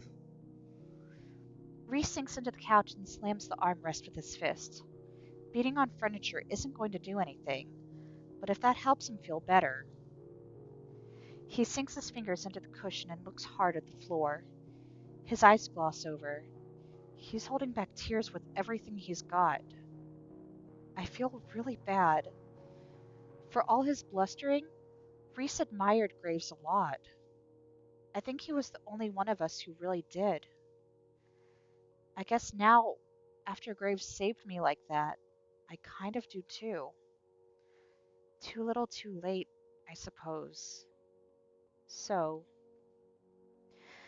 now what happens? What do we do? We avenge him. Of course. We kill Noct. Whoa! That's a bit extreme. All's fair in a duel. If that's what this guy wants, that's what he gets. When he comes for the cafe, I'll take it back from him. Comes for the cafe? Why would he do that? When a witch defeats another in a duel, they take the loser's property, but he'll have to beat me to get it. Is Graves really dead? I don't know. If Noct's intent was to kill him... Damn it. Now Landry's the one who looks pissed. This is kind of scary. I've never seen him do anything but laugh and smile before. It's almost as jarring as seeing Reese cry. Magic is a scourge. This always happened when you get too close. Reese's head snaps up. And what do you know about magic? You haven't studied. Hayes readies himself with wide eyes, his mouth pursed like the conversation is a game of double dutch played with live wires. What is it? Why does everyone keep talking about magic? Was Graves cursed too? He must have been, right? It all sounds so unreal still. Are you sure it's magic? Of course it is. How would this be happening? He was too strong to get cursed. That part was just us. But he wasn't too strong not to curse us. Does that matter now? He's gone. And this Noct is going to be here to take everything else too. He spits the name like it's profane. Reese launches himself from the chair and storms to the door. He puts his hand in his pocket, like he's concealing a weapon. How could he just take the cafe? That's not how property works. There are, like, deeds and stuff. Not that I know much more about it than that, but I'm pretty sure my parents didn't kill a witch to buy their house. Of course it's more complicated. I don't exactly have time to explain witch territories. Just know that when you're defeated in a duel, you give your property to the winner. So unless Graves gave it away before the fight, Noct owns the cafe now. I remember Graves grabbing my hand and staring through me. I remember his words. I think he did. What? Before he told me to run away, he told me he gave everything to me. You? Why you? You're a newborn baby stumbling through the witching world. That's not fair. You can't handle it. I think they damn well can. And besides, it's not like Avery's alone, right? I mean, I'm here too. I can kick some rando witch's ass too. Since when can you use magic? Since Avery taught me. She sounds so proud when she says that. It makes me feel proud by extension. Guess I did some good. If Finley can learn, I can too. Jealous? Worried I can take you in a fight now? Huh. Wouldn't need magic to beat the snot out of some creep. Let him show his face. Well, I don't know if I'm okay with fighting, but we can all stick together and keep both Avery and the cafe safe. Right, guys? Yeah, Nep, I don't know what happened to Graves. Poof, gone. This is the furthest I've gotten in this. Like if you saw the game saves that I had from 2017, um, like I don't remember how far I got through that. I was living in another place at the time and going through some other stuff. So honestly, I don't remember more than like the first couple of days of game, of the in-game day or in-game days. There we go. Content. Okay. Cursed? Being a cat is never a curse. Um, I guess that depends on your perspective and what kind of person it is. Okay. I think a little self-defense could help us all. I know I'd feel better. If that's how you'll all be, then you can't expect me to straggle behind. Of course, I'll show you all how magic's really done. First things first, we need a plan. Avery, do you know for sure Graves was defeated? Well, if the curse is broken, it's a pretty safe assumption. You know what they say about assumptions. Reese, would it ease your mind a bit if I go with you to investigate? Sure. I could use muscle to hold me back from eviscerating Noct. And Avery, we better take care of Mochi. What if Noct, takes him as hostage or something? I bet he's the kind of scum who would do that. I'll get him. I'll bring Mochi back here. What? Finley, no! Come on. I'm good at stealth, and I've already got a key to your place. Who else is gonna go? Since when are you good at stealth? I'm so good at those Garrett games. Just give me a cardboard box, and I'll be good to go. I don't even know where to start with that. Look, doesn't matter. You stay and rest. Finley, Landry, Reese, go on your missions. I'll protect Avery. I can help too. I know some first aid. I can help with your ankle, Avery. Guys, I'm just some screw up kid. You don't have to do this for me. Of course we do. Yeah, you're our screw up kid. We stick together through thick and thin, us cursed cats. Tears of gratitude sting my eyes. I never thought I'd have friends like this, who'd endanger themselves for me. My high school friends would have run off the moment someone said curse. I love these guys. I vigorously scrub my face. I don't want to get too mushy. I hobble back to the couch. Okay, we can do this, right? Yeah. Promise me nobody's gonna get hurt, okay? Please. Give us more credit than that. Yeah. This guy will be sorry if he underestimates us. Then we enact our plans. Reese, Landry, and Finley all head out together. It's so weird to see them walk away from the cafe as humans. Hayes vanishes into the bathroom for the first aid kit. Mason dips into the kitchen, and I hear a horrific screeching noise, like metal against linoleum. What is she doing? She returns triumphantly. She smirks at me, or more accurately, at the dumb gawking face I'm making. Lock the door. Oh, more chat. Nep says, unless that person is allergic to cats, there's an anime about that. Oh, I heard about that one. I need to watch it. Nep is nobody, and don't mind getting hurt. Nep, Nep, Nep. No, you stay safe. You stay all of the safe, okay? So Mason blocked the door. With what? An industrial range? She gives me this self-satisfied smirk, then paces in front of the door and windows like a sentry. Oh my god, who needs magic? She can snap that knocked guy in half with her hands. Hayes is back with bandages and a bag of ice. Gingerly, he removes my shoe and rolls up my pant leg to get a better look at my ankle.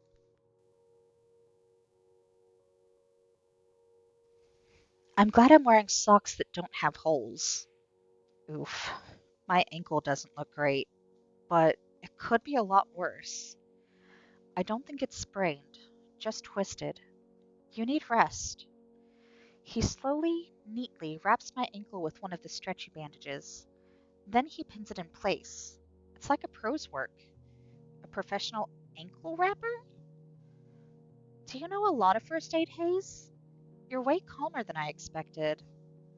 Uh, I studied in Scouts. Injuries and things don't bother me. Never have. Not everything makes me feel anxious. Well, thank you. I'm glad you're here to patch me up. He smiles sheepishly, but averts his gaze to the ground, toward the ice pack. He props my foot up on one of the big fluffy ottomans, then places the ice on my ankle. Oh my god, does that feel good. Now, just keep it elevated and rest a little, and take the ice off in 20 minutes. Thanks again, Dr. Hayes. Uh, I'm going to make some coffee. I think everyone will need it. I stress nap once Hayes goes back upstairs. Sometimes I need a system shut down before I can think straight again. I think even the cats know something's up, because they all swarm me. I've got two on my lap, and the others pile around me. It's soothing to hear them and feel their little paws stretch out at me. I hope it's helping them too. It's not a good sleep. Any time I nod off, I have horrible visions of Noct turning Finley or the others to rust, and I startle myself back awake. This is a mess. Such a huge mess. I try to shut out the thoughts by remembering the Finley-sanctioned blast timeline. It's not much, but I feel a little better. Somehow, I nod off, just for a moment. I shoot awake when I hear the door fly open. Is it Noct? Did he come through the front door? Can witches come in uninvited? Or is that vampires? Oh, it's Finley again. She bounces the door against her hip, since her hands are full of cat carrier. The fussy lump inside is unmistakable. Mugh. Mugh. Wow, you are so whiny. Hold your pants on, baby. Mochi, did you have any trouble? Is everything okay? It's fine, though I had to lure him to the carrier of the treats, and he hated every moment of being in there. So, same as always. That's good. How about it? Should I unleash the beast? Mah! Yeah. Mochi, if you cause any trouble with the other cats, you're going right back in. Got it? Like he's gonna choose now to start listening. Finley opens the carrier, and he shoots out like a furry cannonball. Then he stands there, dumbstruck. He's got his own troubles now in playing nice with the cafe cats, but at least he's here. That's one less thing Noct could use against me. When she's done, I grab Finley by the shoulders and drag her onto the couch. Avery, what? No, just stay here for a second, okay? Just, please. I tangle my fingers in her hair and bury my face against her shoulder. I was worried. Oh, Avery? I didn't even have time to get scared. I kept thinking about how this guy hurt you and... Ooh, I'm gonna get angry again. I kiss the underside of her chin. She breathes a deep, tired sigh. It's okay. It's all gonna be okay. Yeah, it is. I see movement in front of the cafe. Is it? No, there's too many people for it to be knocked. Anyway, I'd know that hat anywhere.